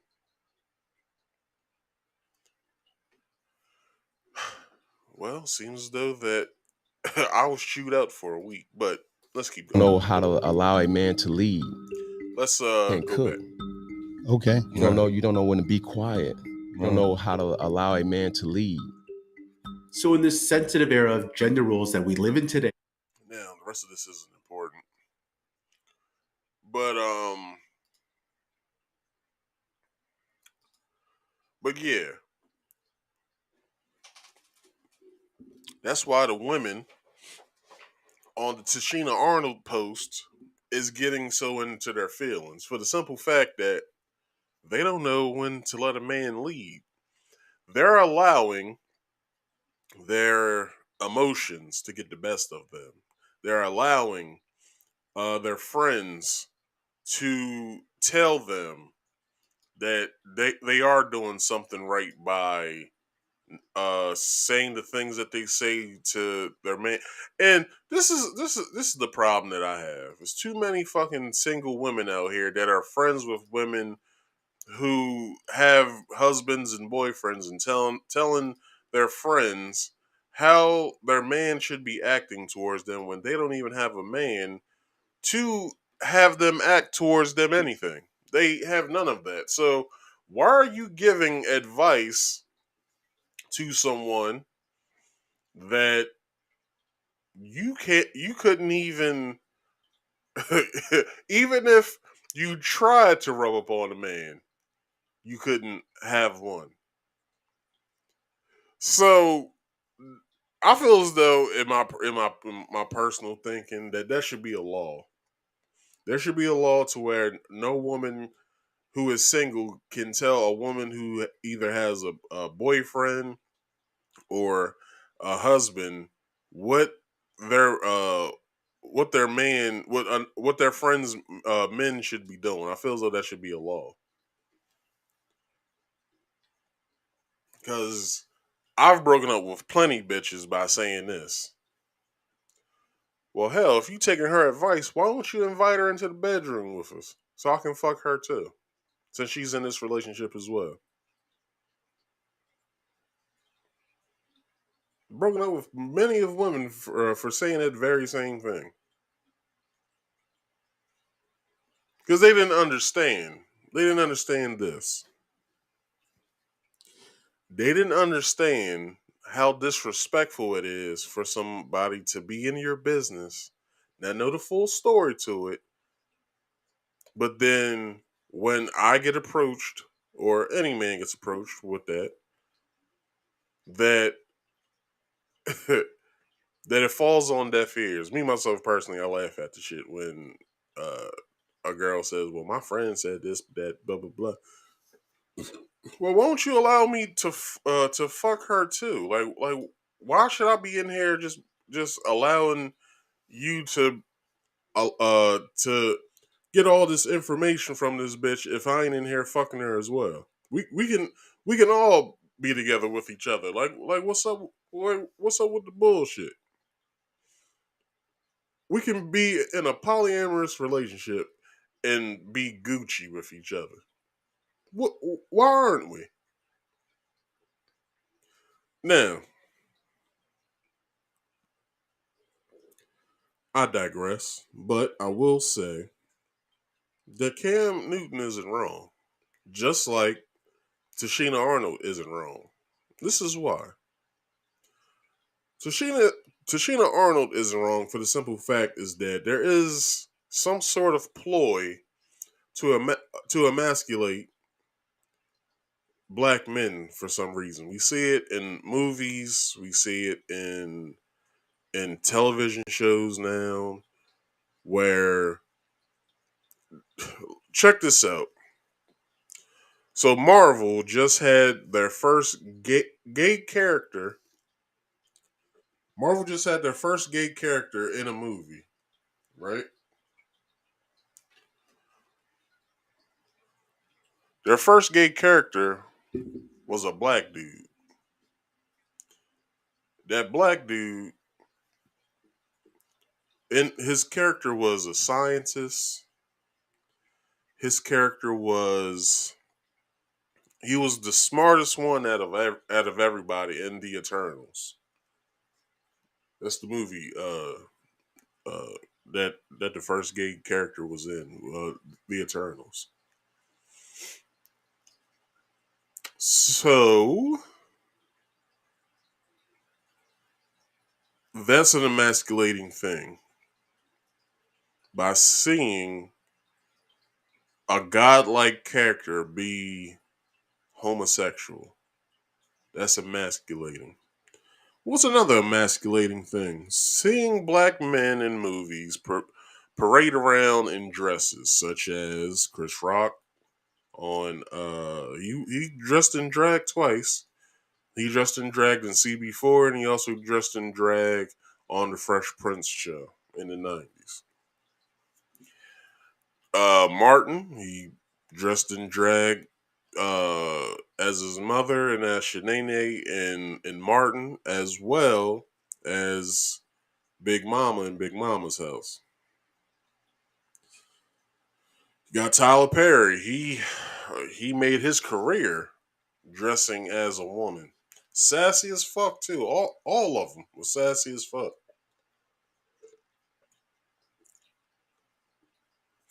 I saw when I got out of school, this girl I know, she posted a video of a talent show that was held at my high school. They picked a Medea play to do. They did like a scene out of it. Do you know who played Medea? A boy. So how does Tichina Arnold's question not ring true? Because in some cases, if not a lot of cases, the black woman is aiding in the emasculation of black men. We got to start at home first. Let's not look outwardly at all. Let's not look at movies and television shows and music and shit like that. Let's look at home first. Let's look at our surroundings. Let's look at how this shit is happening. It's because the black woman has accepted the black man being out of the household. So with that being said, the black man cannot raise his children right. So if the black man can't raise his children the right way by being in the house, how do you think he's supposed to be able to raise his kids outside of the house? It doesn't work. If you look at it, it really doesn't work. A black man being having kids, but he's living in another household. He's not living in the household of which he's supposed to be in with his children.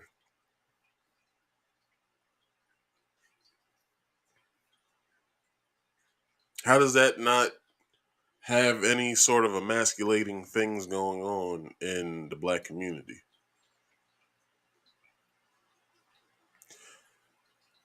But since black women don't think that way, they think that she's trying to be a pick-me for Dusties, then how in the hell is black men supposed to get right if we don't have the aid of our black women alongside of us? Because that's the only way that this shit can stop. One girl said we need to assert our dominance and persist. But how can we assert our dominance if you're trying to dominate? You're not listening, such as what Cam Newton says. You don't know when to be quiet. If you're not listening to us, how can we assert dominance for someone who doesn't want to be dominated? So I want you guys to think about that shit tonight. I know nobody called in, nobody probably watched this shit, but just think of it. Just think of it. All right, because y'all have the when I say y'all, I mean black women. Y'all have so many demands, but when it's time for those demands to be met,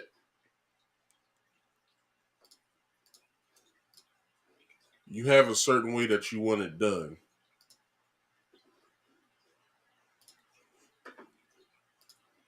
You can't demand anything if you haven't put in the work yourself.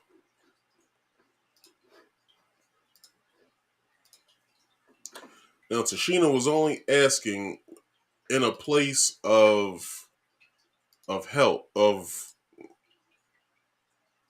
not help. She was asking in the sense of being an advocate for black men. That's all. She was just trying to be an advocate. Seems like her advocacy got black women mad at her because I guess she veered away from the programming.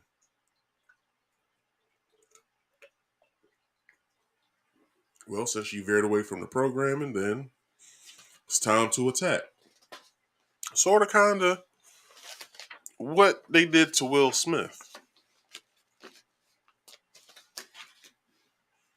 Because a lot of people said that Will Smith shouldn't have smacked Chris Rock for talking shit about a woman who emasculates him in public.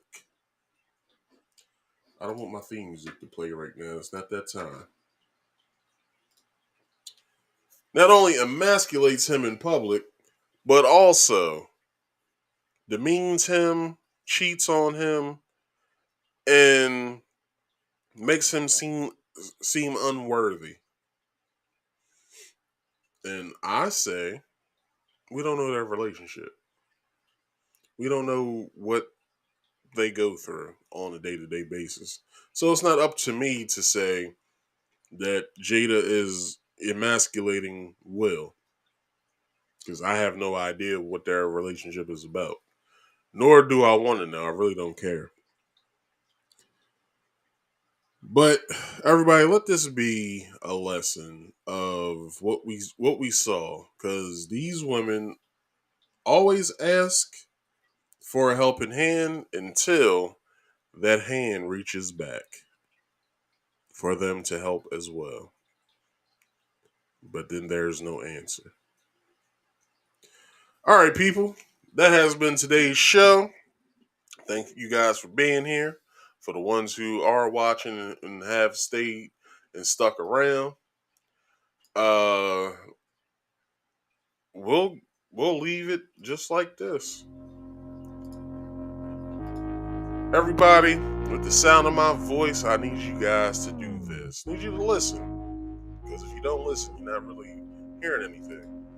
On Fridays, I do a game stream called Marcus Speaks Play, not only on this channel here, my main channel, Marcus Speaks. I also do it on Marcus Speaks Play, my second channel, Marcus Speaks Productions on Twitch, as well as Facebook Gaming at Marcus Speaks Productions. I think it's Productions now. It's probably still podcast on Facebook.